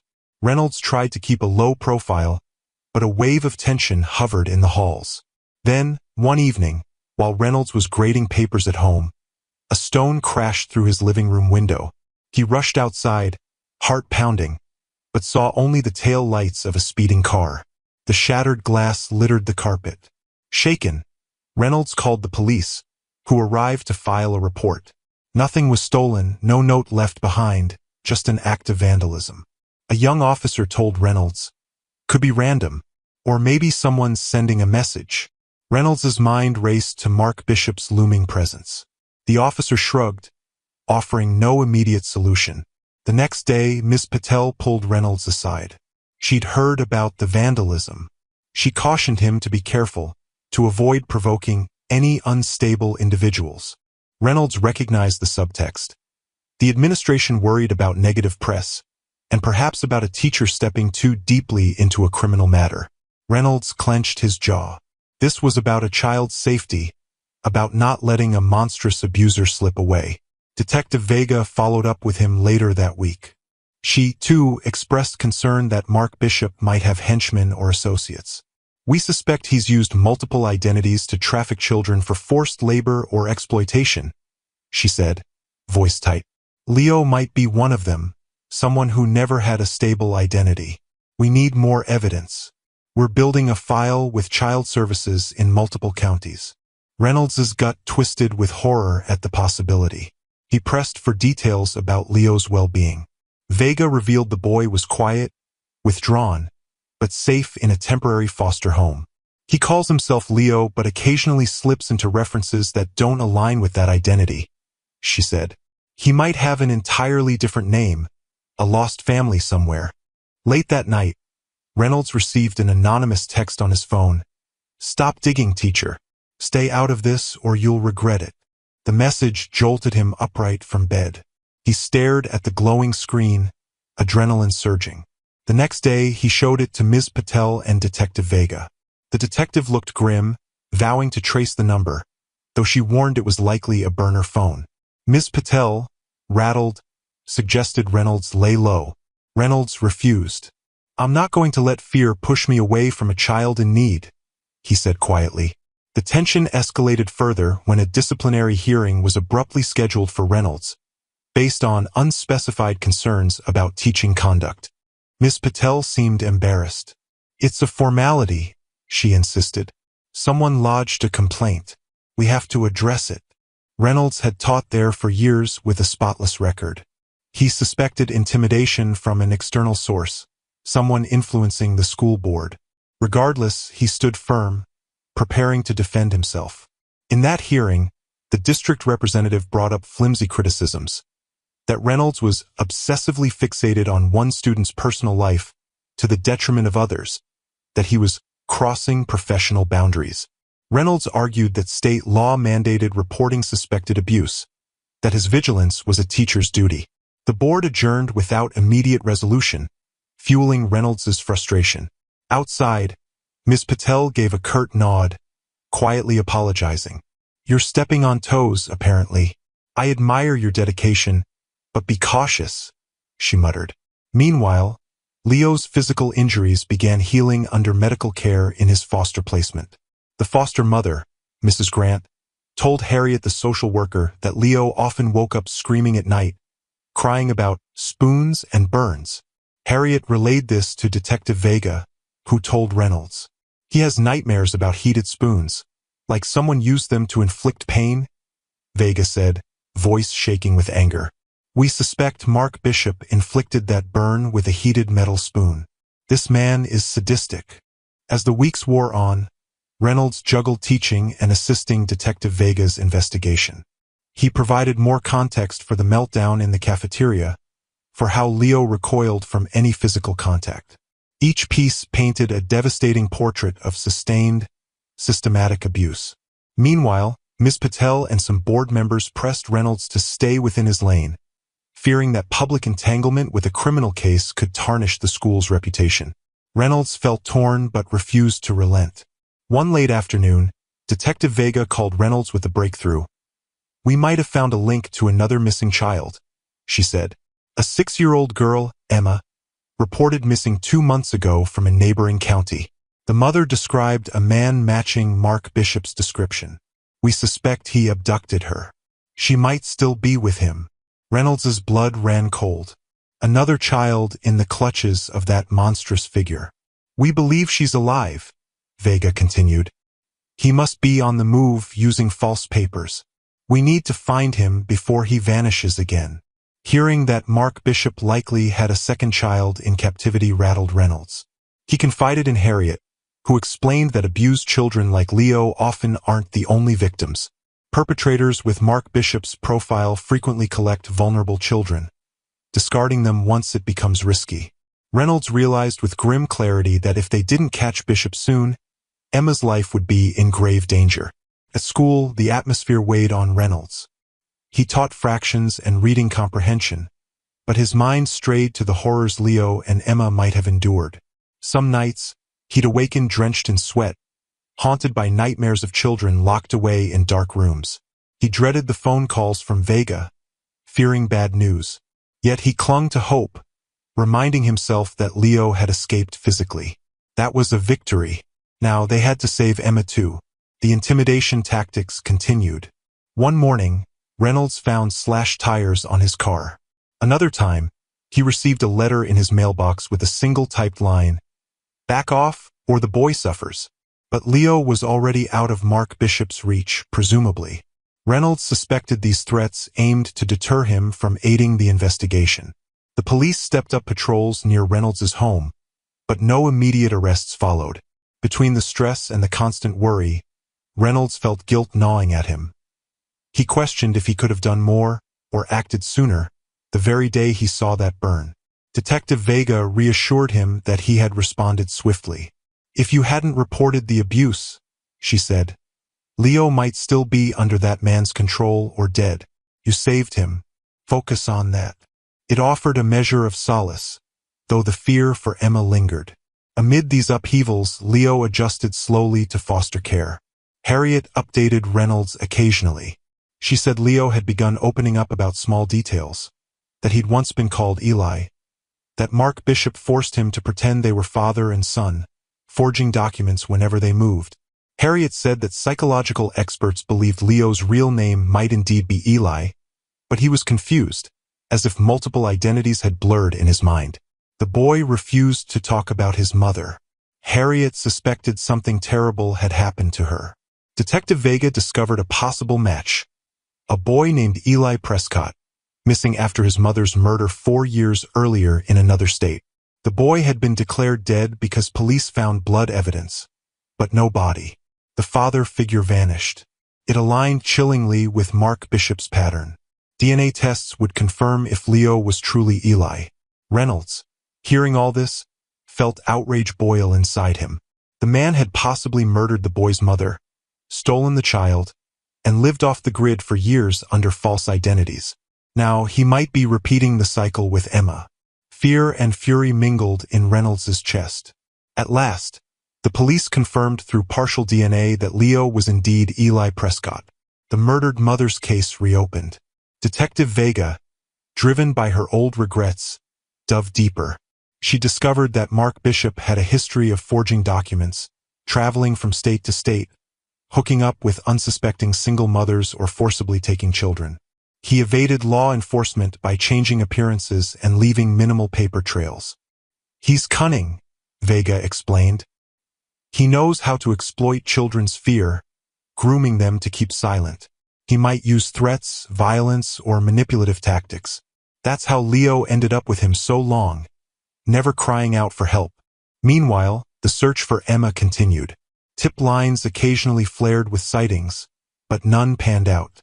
Reynolds found himself scouring news reports, half expecting Mark Bishop's face to appear on some CCTV footage. Weeks passed. The tension weighed heavily on him. He found fleeting solace in teaching, focusing on his current students. Yet every time he saw a child flinch or cry, it reminded him of Leo. The disciplinary hearing still loomed, overshadowing his job security, but it paled next to the real threat of a predator on the loose. Late one Friday, Ms. Patel approached Reynolds discreetly.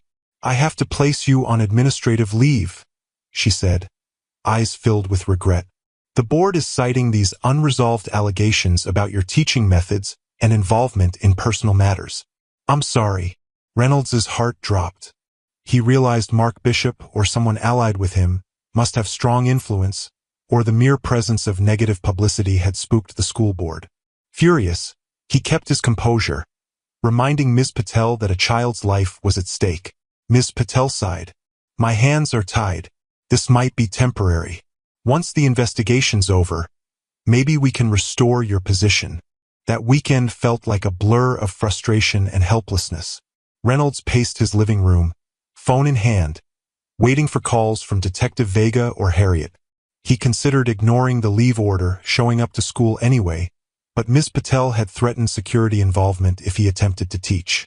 He recognized that defying them wouldn't help Leo, so he tried to remain calm. Then, a development.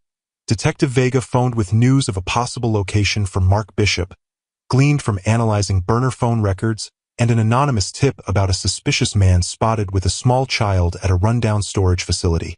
"We believe he's in the area, or at least passing through," she said, voice taut with urgency. "We're coordinating a search, but it's tricky. He moves fast." She asked if Reynolds would be willing to speak with Leo again, see if the boy recognized the address or any detail about old hiding places. Harriet would facilitate a meeting at the foster home. Reynolds jumped at the chance to help. He met Harriet and Leo the next day in a neutral, child-friendly room. The boy looked thinner, shadows under his eyes, but there was a flicker of relief when he saw Reynolds. He clutched a small plush cat Harriet had given him. Reynolds crouched, greeting him softly.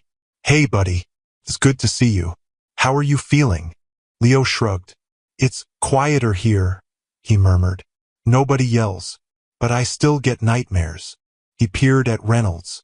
"Are you still my teacher?" The question stung, considering Reynolds's forced leave. "I'm always your teacher," Reynolds said gently.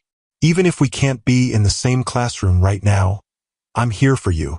Harriet guided the conversation to see if Leo recognized any street names or images from the potential storage facility. The boy tensed, hugging the plush cat. Eventually, he said in a trembling voice, "We stayed in a place with lots of garages in a row. He would keep stuff there. Sometimes, he had another kid with him. I heard crying. I never saw her face. I wanted to help, but he said he'd burn me again if I tried." Reynolds felt tears prick at his eyes, horror mingling with anger. Harriet gently coaxed more details. The boy described a battered trailer near the back of the property, a large field behind it. Detective Vega cross-referenced these details with the address from the tip. It matched closely. An old trailer located behind a row of storage units, near a deserted highway. The plan was to stake it out. Reynolds insisted on being there, though Vega warned it could be dangerous. "You're a civilian," she said. "We can't guarantee your safety." But Reynolds refused to stand by, explaining he felt responsible, that perhaps Leo would be more comfortable if Reynolds was involved. Harriet backed him up, recalling how Leo had responded to Reynolds' presence. Vega, reluctant, agreed to let him be nearby, as long as he obeyed instructions and stayed behind the police perimeter. The next day, the stakeout commenced. Plainclothes officers mingled around the storage facility. Detective Vega and Reynolds waited in an unmarked car, parked discreetly near the entrance.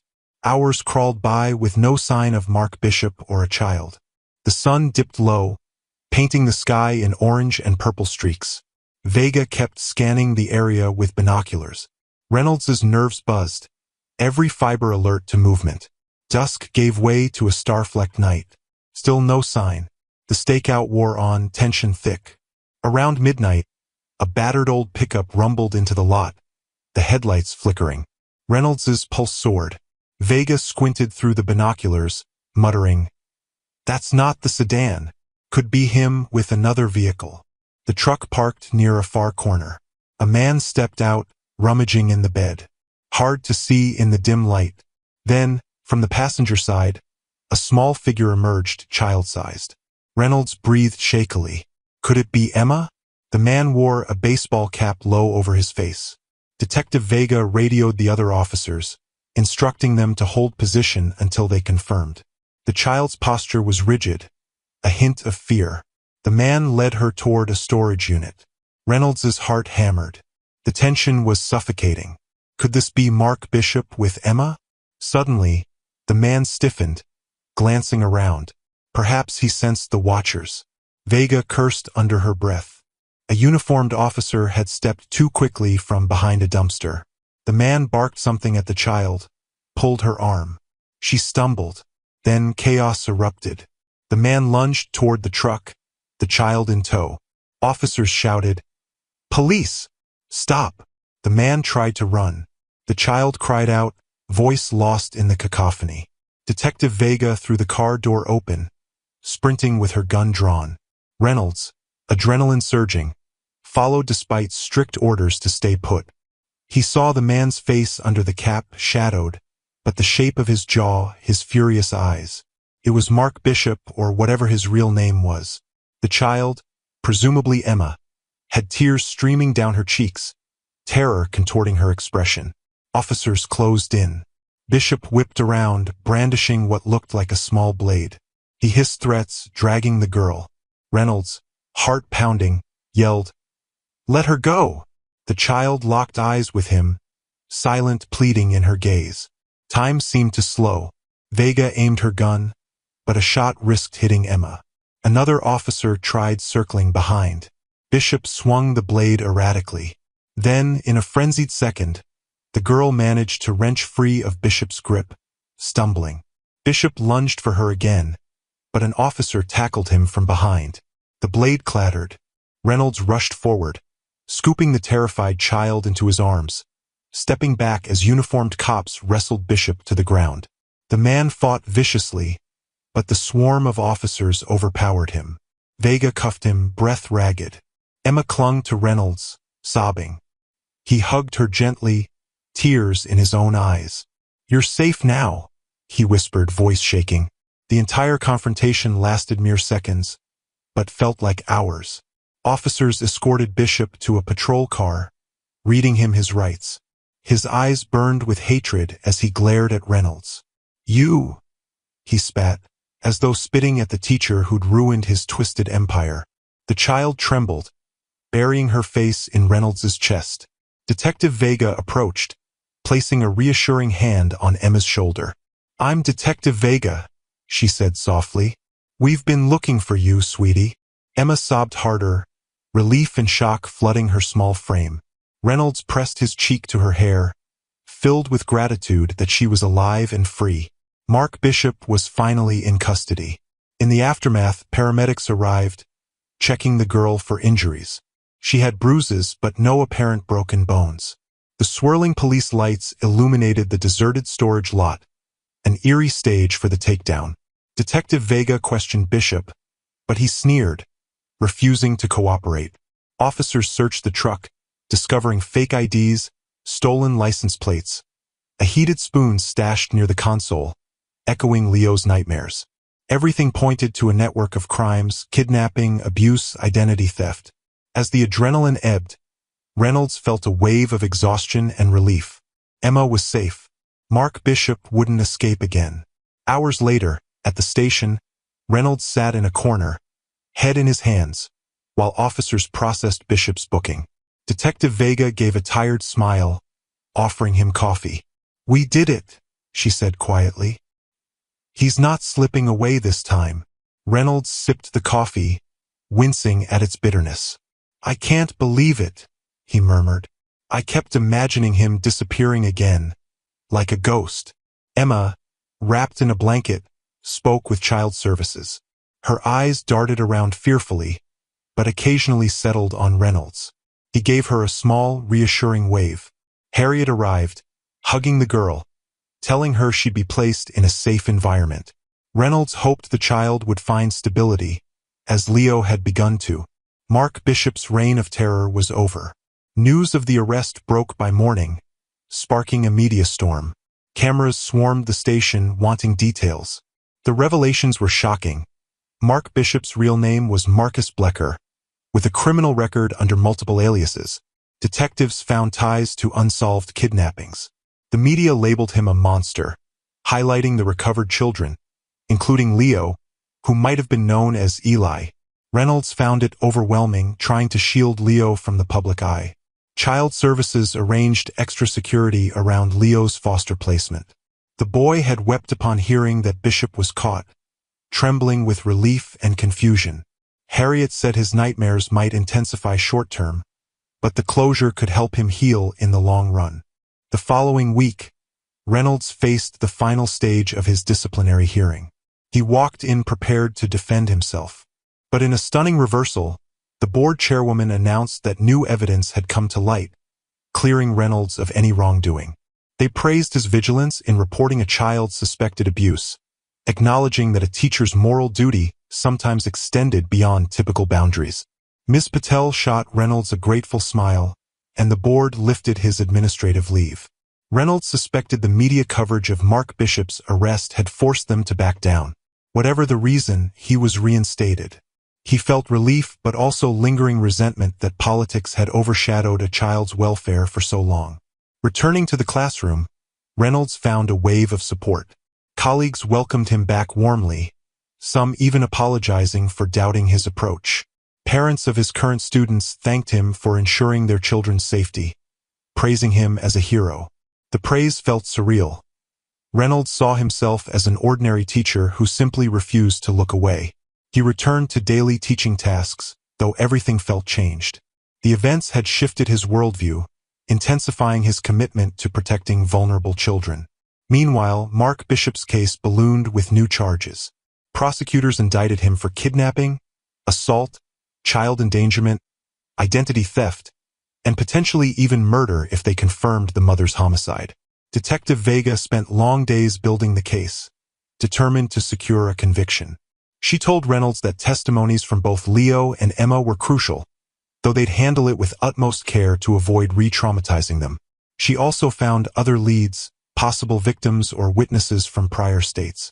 The monstrous scope of Bishop's crimes became clearer with each discovered detail. Leo's healing journey advanced slowly. Harriet said he struggled with intense nightmares, flinching whenever anyone raised a hand near him. The burn on his arm healed into a scar, a constant reminder. Reynolds visited him occasionally, bringing small gifts, a puzzle, a coloring book. The boy would greet him with cautious smiles, eyes reflecting the memory of the nights spent in terror. Over time, though, Leo began to open up, trusting Reynolds more than almost anyone else. Harriet noticed that if Reynolds was present, Leo would speak more during therapy sessions, occasionally describing small pieces of his past.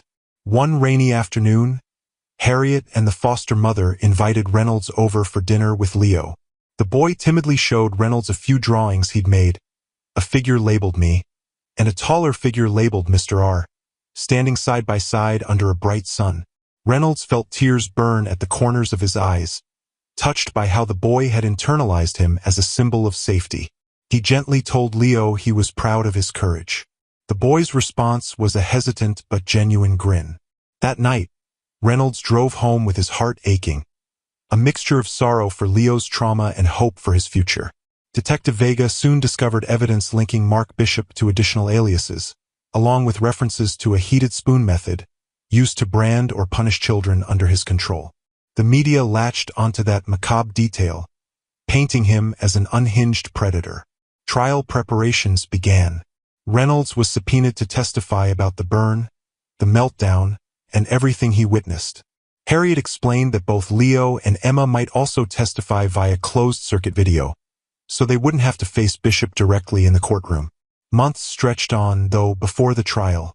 Leo settled more firmly into foster care, but Harriet confided that the boy deeply desired a permanent home, someone he could trust forever. Reynolds found himself considering, for the first time in his life, the possibility of fostering or adopting a child. He was a single man with a modest teacher's salary. It wouldn't be simple, but every time he saw Leo's shy smile, He wondered if he was being called to something bigger. One day, Harriet broached the subject. "Leo talks about you constantly," she said. "He feels safe with you. Have you ever thought about adoption?" Reynolds's breath caught. He replied that he had, but worried if he'd be good enough or if the system would approve a single father. Harriet smiled gently, explaining that if Leo wanted it, and Reynolds passed the necessary checks, it could be a viable path. Reynolds's heart soared at the idea, though fear of failing the boy tempered his excitement. He told Harriet he wanted to proceed carefully, ensuring it was truly best for Leo. Time marched forward. Reynolds balanced teaching with visits to Leo. The boy's nightmares persisted, but therapy helped. He occasionally attended day-long sessions to process the abuse, guided by professionals. Harriet reported that the boy was gradually regaining a sense of normalcy. Meanwhile, Emma also made progress, placed with a caring family, though she faced her own set of traumas. Detective Vega updated Reynolds on the trial schedule. She warned it would be grueling. Mark Bishop's defense lawyers were known for aggressive tactics. Finally, the trial arrived. Media swarmed the courthouse, labeling it a sensational case. A cunning abuser who'd manipulated multiple children. Mark Bishop, cuffed and flanked by guards, showed no remorse, wearing a defiant sneer. Inside the courtroom, tension ran high. The prosecution laid out the evidence methodically. The falsified documents, the burned spoons, the battered trailer, witness testimonies, the forging of multiple identities, and confessions from children describing his cruelty. The defense tried painting Bishop as a man with a tragic upbringing, but the overwhelming proof shattered any sympathy. Reynolds took the stand, voice steady, recounting how he noticed Leo's suspicious injuries and behavior, how the meltdown in the cafeteria signaled deep trauma. He described the horrifying burn, the child's raw fear of the father. The defense attempted to question his credibility, suggesting he was an overzealous teacher. Reynolds remained composed, reaffirming that mandated reporters must act when confronted with such signs. Next, Harriet testified, detailing how Leo was found with no valid address or father's contact info, how the father's alleged name was a fabrication. She recounted Leo's anguish in foster care, the nightmares, the revelations about the heated spoon. The jury looked visibly shaken by the repeated mention of inflicted burns. Detective Vega offered a professional overview of the manhunt, the stakeout, the rescue of Emma, the further evidence discovered. She confirmed that Mark Bishop's real name was likely Marcus Blecker, indicted in a separate homicide case years ago. Finally, Leo and Emma gave brief recorded statements from a safe room, describing in halting, tearful words how they were threatened and hurt. Many in the courtroom wept listening to these children's accounts. The verdict, when it came, was resounding. Guilty on multiple counts of kidnapping, aggravated assault, child endangerment, identity theft, and more. As the foreperson read the verdict, a hush fell. Mark Bishop's face twisted, rage simmering. The judge ordered him to remain in custody pending sentencing. Some journalists hailed it as a crucial victory against child abuse networks, while others probed deeper into how the system let Bishop slip through so many cracks for so long. For Reynolds, the sense of relief was overwhelming, tears spilling quietly. He thought of Leo's terrified eyes in that cafeteria, how close the boy had come to an unthinkable fate if not discovered in time. After the verdict, families of other potential victims came forward, grateful that someone had finally stopped Mark Bishop's cycle of abuse. Police reopened old cases. Harriet said it might bring closure to families who never knew what became of their missing children. Detective Vega felt vindicated, especially because she once had a case that ended with the suspect vanishing. Now she had a measure of redemption. Leo's reaction to the verdict was complicated. Harriet explained he felt relief but also confusion. Bishop had manipulated him for years, posing as a father figure. Breaking free of that twisted bond required emotional unraveling. Therapy progressed. Meanwhile, Reynolds, with Harriet's guidance, filed the first steps in a possible adoption. The process demanded home visits, background checks, psychological evaluations. Reynolds was determined to pass them, wanting to give Leo a stable home. As the sentencing hearing approached, The prosecution aimed for a lengthy prison term. Bishop's defense tried to reduce the blame, pointing to his own abused childhood. The judge, unmoved by these justifications, handed down a severe sentence. Mark Bishop would spend decades, if not life, behind bars. The families of his victims watched as he was led away. Some cheered, others wept. Detective Vega took a moment to breathe, expression taut with relief. Reynolds, standing beside Harriet, felt the final closure set in. Leo and countless others were safe from that man. In the following months, the community of Stevenson Elementary initiated new trauma awareness training, shaped by the lessons from Leo's story. Teachers learned how to spot subtle signs of abuse, how to respond compassionately. The board apologized to Reynolds, acknowledging they'd failed him. Ms. Patel championed changes in how mid-semester transfers were handled, ensuring no child arrived with falsified records. The experience had shaken everyone, sparking real reform. Leo, now officially recognized as Eli Prescott, showed cautious optimism as he approached a future unburdened by secrecy. Harriet said he was excited about the possibility of living with Mr. Reynolds but afraid to jinx it. Reynolds assured him, whenever they spent time together, that he'd stand by him, come what may. Over dinners, they found a rhythm, discussing normal childhood topics like favorite snacks or new hobbies. Sometimes, darker memories surfaced, and Reynolds would hold the boy's hand, reminding him that safety was no longer a dream but a reality. Finally, after thorough evaluations, the adoption board approved the match. Harriet delivered the news. Mr. Reynolds, they're granting you the chance to foster to adopt. If all goes well, you can finalize adoption in a few months. Reynolds almost collapsed from joy. He hugged Harriet, tears in his eyes. He only worried whether he could truly guide the boy through the emotional aftermath. Harriet insisted they'd have professional support, that love and stability were key. During the transitional period, Reynolds prepared his modest home for a child. He converted a spare bedroom into a cozy space with posters of cartoon characters, a small desk for homework, and a soft reading chair. When Leo first visited, shyly stepping into the room, he wore an expression of awe. "This is all for me?" he asked, voice trembling. Reynolds nodded, trying not to cry. "You deserve a safe place, your own space," he said. The boy stroked the new bedding, a smile ghosting across his lips. Later, they ate pizza together, laughing over a silly commercial. It felt almost normal, a precious step beyond the darkness. Over time, Leo learned to trust that Reynolds wouldn't raise a hand to hurt him. He flinched less at sudden sounds. The nightmares still came, though some nights prompting him to slip into the living room, too scared to sleep alone. Reynolds would sit beside him, reading a gentle story until the boy's eyes grew heavy. Slowly, the walls around Leo's heart softened. He began calling Reynolds Mr. R less formally, drifting toward a father-son dynamic. Meanwhile, Detective Vega visited occasionally, checking in. She confided in Reynolds that she used to dread missing children cases because her first big assignment ended in tragedy. The suspect escaped, the child never found. Now, though, seeing Leo safe, Emma rescued, and Mark Bishop behind bars, she felt a renewed sense of purpose. She said she'd continue focusing on cold cases, determined to bring closure to families. Reynolds admired her resolve.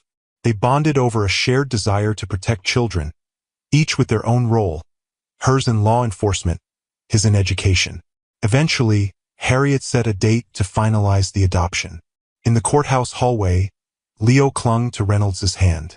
The judge verified all documents, praised Reynolds' dedication, and asked Leo if he consented to being adopted. The boy nodded shyly, murmuring yes. Tears lined Reynolds' eyes as the gavel struck, making it official. Harriet and Ms. Patel, who had come in support, applauded quietly. Detective Vega also attended, offering a rare smile. The moment felt surreal, a testament that from unimaginable trauma could emerge a family forged by compassion. In the months that followed, Leo's name changed to Leo Reynolds became official, though Harriet noted he might always keep a piece of Eli Prescott in his heart. The scars from the heated spoon never disappeared, but he began wearing short sleeves without shame. In therapy, he learned to see the scars as proof of survival rather than a source of humiliation. Reynolds stood proudly beside him at a school assembly, watching the boy remove his hoodie in public for the first time, tears shimmering in the teacher's eyes. The local news featured a feel-good piece about the teacher who adopted his formerly abused student. Some called Reynolds a hero, though he humbly reiterated that any teacher would have done the same. Detective Vega found the coverage uplifting, a bright coda to an otherwise grim saga. Mark Bishop's name faded from headlines as he languished in prison, overshadowed by the children's journeys to healing. Over dinner one evening, Leo shyly handed Reynolds a drawing, 2 stick figures labeled me and Dad, smiling under a big sunshine. Reynolds's chest tightened. "Dad," he whispered, seeing the label. Leo ducked his head, cheeks pink, then nodded. Reynolds blinked back tears, hugging the boy gently. No words could describe that feeling. This child, once so terrified he cowered at spilled milk, now felt safe enough to call him Dad. As the years passed, both detective and teacher found new directions. Vega grew more vocal about child welfare reforms, presenting at conferences, pushing for better cross-state collaboration to catch predators. Reynolds, for his part, embraced a broader advocacy role. He spoke at teacher workshops about spotting subtle signs of abuse, about trusting instincts even when it risked conflict. The story of how a quiet boy with a forged identity was saved by a watchful educator resonated widely, inspiring legislative changes in child protection procedures. Sometimes, the world needed a harrowing reminder of evil's existence to galvanize real progress. Leo thrived academically in subsequent grades, slowly discovering interests like drawing, reading fantasy novels, even dabbling in soccer. Reynolds watched him navigate normal childhood ups and downs, petty quarrels with classmates, the excitement of a first overnight field trip, and marveled at the boy's resilience. The night terrors faded in frequency. A sense of routine replaced the old chaos. Their home rang with laughter, small arguments about bedtime, shared jokes about silly cartoons. It was an ordinary, beautiful life, built on the ashes of something horrific. On the anniversary of Mark Bishop's arrest, Detective Vega joined Reynolds and Leo for a small dinner. Over a simple meal, they toasted to the child's continuing healing, to Emma's stable placement with a loving family, and to the many other children who might yet be saved by the new systems in place. Leo was cheerful, telling Vega about his plan to try out for the school's soccer team. She listened with genuine delight, no longer the stoic detective, but a friend who had played a key role in his rescue. As night fell, Reynolds stepped onto the porch, gazing at the stars. The memory of that frantic stakeout, the swirl of police lights, still lingered in his mind. He recalled Mark Bishop's snarling face, the small shape of Emma trembling behind him. The difference now was that the nightmare had ended. A new chapter lay ahead, one where the predators rotted in prison, and the children found reasons to smile. He felt Leo's presence at his side, the boy's hand slipping into his. They stood quietly, father and son, each remembering a past overshadowed by cruelty, each embracing a future shaped by compassion. In the distance, a neighbor's dog barked. A porch light flicked on. The calm suburban night enveloped them. Reynolds realized that sometimes the greatest heroism happened not in epic battles, but in the everyday vigilance of a teacher who noticed a frightened child, or a detective who refused to abandon a cold case. There, on that porch, he silently thanked whichever force had guided him to keep asking questions when others told him to look the other way. A month later, Ms. Patel invited Reynolds and Leo to speak at a teacher training workshop about recognizing abuse. The boy, though shy, agreed to share a small prepared statement about how important it was that Mr. Reynolds noticed something was wrong. In front of an audience of educators, Leo read his lines in a soft, steady voice. "I was scared and hurt. Mr. Reynolds saw the signs and helped me, and now I'm safe. Teachers can save lives." A hush fell. Many wiped away tears. Ms. Patel closed the session by announcing new school policies ensuring thorough background checks on all incoming students, plus resources for immediate intervention if suspicious injuries arose. Reynolds felt pride bloom in his chest, seeing how one child's pain had catalyzed monumental shifts. Over time, Mark Bishop's story dimmed in the public eye, replaced by fresh headlines. But for those directly involved, Detective Vega, Harriet, Ms. Patel, and especially Reynolds and Leo, the legacy endured. The ordeal had changed them all. Reynolds no longer saw teaching as merely imparting knowledge. It was a chance to be a guardian, a first responder to signs of hidden torment. He carried that awareness into every new school year, forging deeper empathy with each new student. Leo, for his part, found joy in the normalcy of a stable life. He laughed with friends, built forts in the backyard, discovered a talent for pencil sketches that impressed art teachers. Sometimes the old shadows flickered. He'd have a flashback if someone unexpectedly grabbed his wrist, or he'd freeze when hearing a spoon clink against a pot. But with patience and therapy, he learned grounding techniques, overcame triggers more quickly. Reynolds stood by him at every step, celebrating small victories. Emma, too, flourished in her adoptive home. Detective Vega provided occasional updates, saying the girl was learning to trust, attending therapy sessions, forming friendships. She kept in touch with Leo through Harriet's facilitation. The two kids recognized they shared a bond forged in the darkest of circumstances. Over time, they might fully grasp how Mark Bishop's downfall freed them. For now, they were content to send each other occasional letters, describing silly day-to-day adventures. Eventually, Reynolds traveled to a national education conference to speak about child abuse prevention. He brought Harriet as a co-presenter, referencing real-life examples, with details changed to protect identities. The auditorium was packed. Reynolds felt nervous but resolute.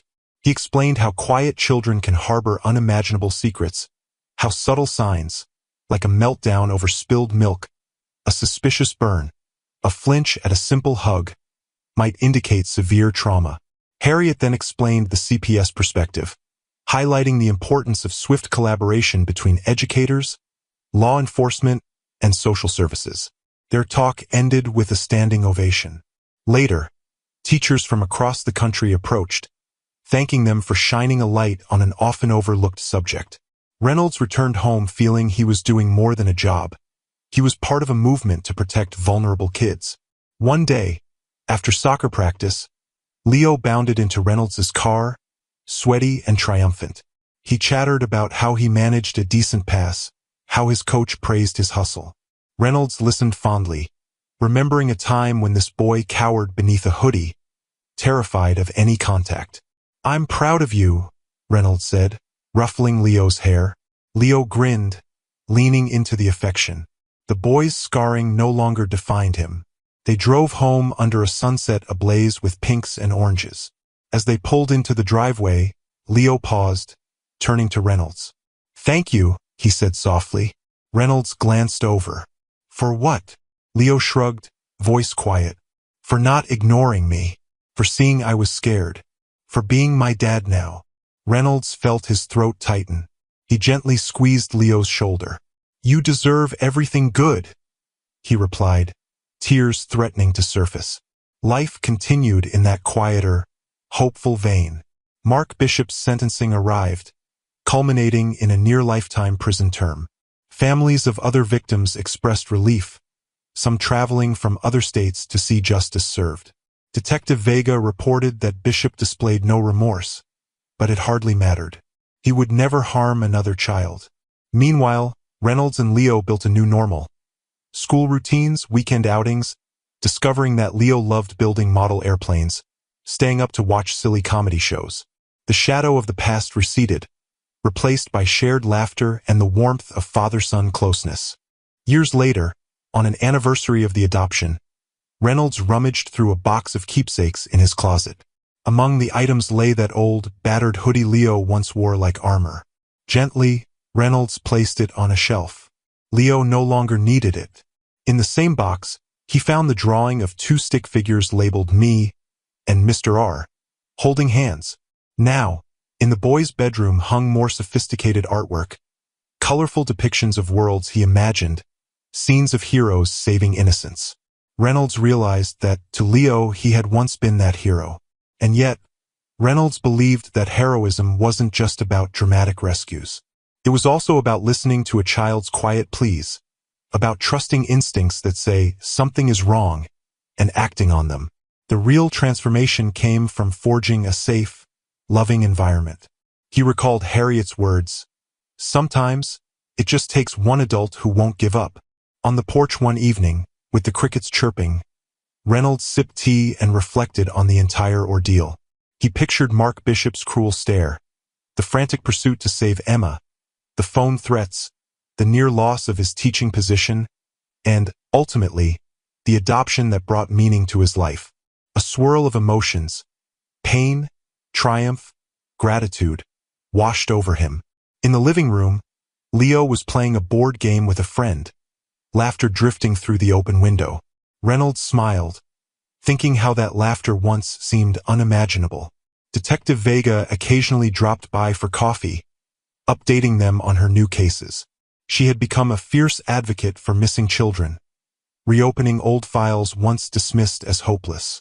She said Leo's resilience and Reynolds's unwavering commitment reminded her that no matter how dire a situation, one break, one caring person, could turn the tide.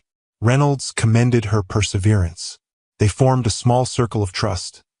Vega, Harriet, Reynolds, each continuing the fight for children overshadowed by cruelty. Throughout the following years, the community around Stevenson Elementary took pride in improved child protection protocols. Reynolds' story of stepping forward, despite intimidation, influenced younger teachers to do likewise. The school district introduced a hotline for anonymous tips about suspected abuse. Ms. Patel spearheaded a partnership with local mental health professionals. The memory of how Leo arrived under forged documents taught them vigilance. No child would slip through the cracks so easily again. As Leo entered his teens, he thrived academically and socially. He still carried scars from the past, but with every passing year, those scars became less about victimhood and more about survival, a testament to his strength. Reynolds, too, evolved, balancing fatherhood with teaching, occasionally giving talks at conferences, never forgetting the day he first glimpsed that burn on Leo's arm and recognized a cry for help. The two of them built a life shaped by compassion rather than fear. One evening, they visited the small memorial park dedicated to missing and exploited children. A plaque listed names, some of whom were never found. Leo set a small flower there, silent reflection in his eyes. Reynolds placed a hand on his shoulder. They never talked much about Mark Bishop anymore, focusing instead on the mother Leo lost, or the new memories they forged. Still, the park reminded them that many children never escaped. That knowledge fueled their determination to remain watchful, to advocate for better systems. Toward the close of Leo's final year in middle school, Ms. Patel invited Reynolds and Leo to speak again at Stevenson Elementary. The hall was packed with parents, teachers, community members. They told a condensed version of Leo's transformation, emphasizing how crucial it was that a teacher recognized the signs. The crowd gave them a standing ovation. Leo stood at the podium, voice cracking with emotion, saying, "I used to be so scared. I didn't think anyone would help me. Now I know there are people who truly care. Thank you, Dad. Thank you, Ms. Patel, and everyone who believed me." That night, driving home, Reynolds glanced at the boy, almost a young man now, and felt an overwhelming wave of gratitude. The adoption had challenged him, but it gave his life depth he'd never imagined. He recalled the endless nights at the hospital for checkups, the therapy sessions, the heartbreak of seeing Leo flinch at a well-meaning handshake. All of it led to this moment. A confident teenager who spoke his truth before an audience, no longer cowering in a hoodie. Eventually, as the years rolled on, Reynolds found new expansions to his life's mission. He began traveling to other school districts, training staff on mandated reporting. He partnered with Harriet and Detective Vega to form a small nonprofit that raised awareness about child trafficking and identity exploitation. Leo joined sometimes, sharing a teen's perspective on healing, cautioning other students about the importance of speaking up. Their father-son bond transcended the horrors that brought them together. Mark Bishop remained in prison, a distant footnote. Journalists occasionally dredged up his name for sensational headlines, especially when he exhausted appeals. but each time the courts upheld his lengthy sentence. Reynolds rarely thought of the man except as a reminder that evil often lurks behind ordinary facades. Teachers, law enforcement, child services, and communities must remain vigilant. That lesson shaped his worldview irrevocably. One crisp winter day, well after Leo turned 17, Reynolds found him rummaging through old photos. Among them was one from a class trip, taken a few months after his rescue. Leo stared at his younger self, eyes haunted, posture hunched. "I barely remember being that scared," he admitted, setting the photo aside. "It feels like it happened to another kid." Reynolds squeezed his shoulder. "You've come far, kiddo. I'm proud of you every day." Leo smiled, hugging Reynolds. The ghosts of trauma no longer weighed him down as heavily. By the time Leo graduated high school, the world saw a poised young adult who openly credited a teacher's compassion for saving his life. He planned to study psychology, hoping to support children who'd endured abuse. During his graduation ceremony, Reynolds stood in the audience, tears streaming as he watched Leo walk across the stage. The announcer called his name, Leo Reynolds, and the crowd cheered. Detective Vega and Harriet, also present, clapped fiercely, sharing in the triumph. For each of them, this milestone symbolized victory over darkness. Afterwards, they gathered for a small celebration at Reynolds' home. Harriet toasted with soda, praising Leo's resilience, while Vega teased that he might make a great detective someday. Leo shrugged with a grin, saying he wanted to help kids in therapy, but who knew where life might lead. Reynolds felt an intense satisfaction overshadow any lingering pain from the past. They had formed a unique family, an alliance forged by adversity, now standing in the warmth of acceptance. In subsequent years, Leo soared forward into adulthood. He occasionally visited the elementary school with Reynolds, sharing with younger students the importance of speaking up if something felt wrong. Teachers listened, enthralled by his story. The message rippled outward. Any child can be saved by a single adult who refuses to dismiss the signs of abuse. Over time, multiple local districts invited them to speak. Reynolds watched, brimming with pride, as Leo harnessed his story to protect others from suffering as he once did. On a summer afternoon, father and son strolled through a quiet park near the old trailer site where Mark Bishop had once hidden. The trailer was gone now, bulldozed in a land development. The place was green with newly planted saplings, bright sunshine overhead. Pausing by a small memorial rock that read, "In remembrance of those freed from darkness," Leo took a breath, remembering Emma's rescue, his own terror, and the day it ended. Reynolds placed an arm gently around him. They shared a silent moment, acknowledging the journey that had brought them here. A journey that began with the teacher noticing a burn on a frightened boy's arm.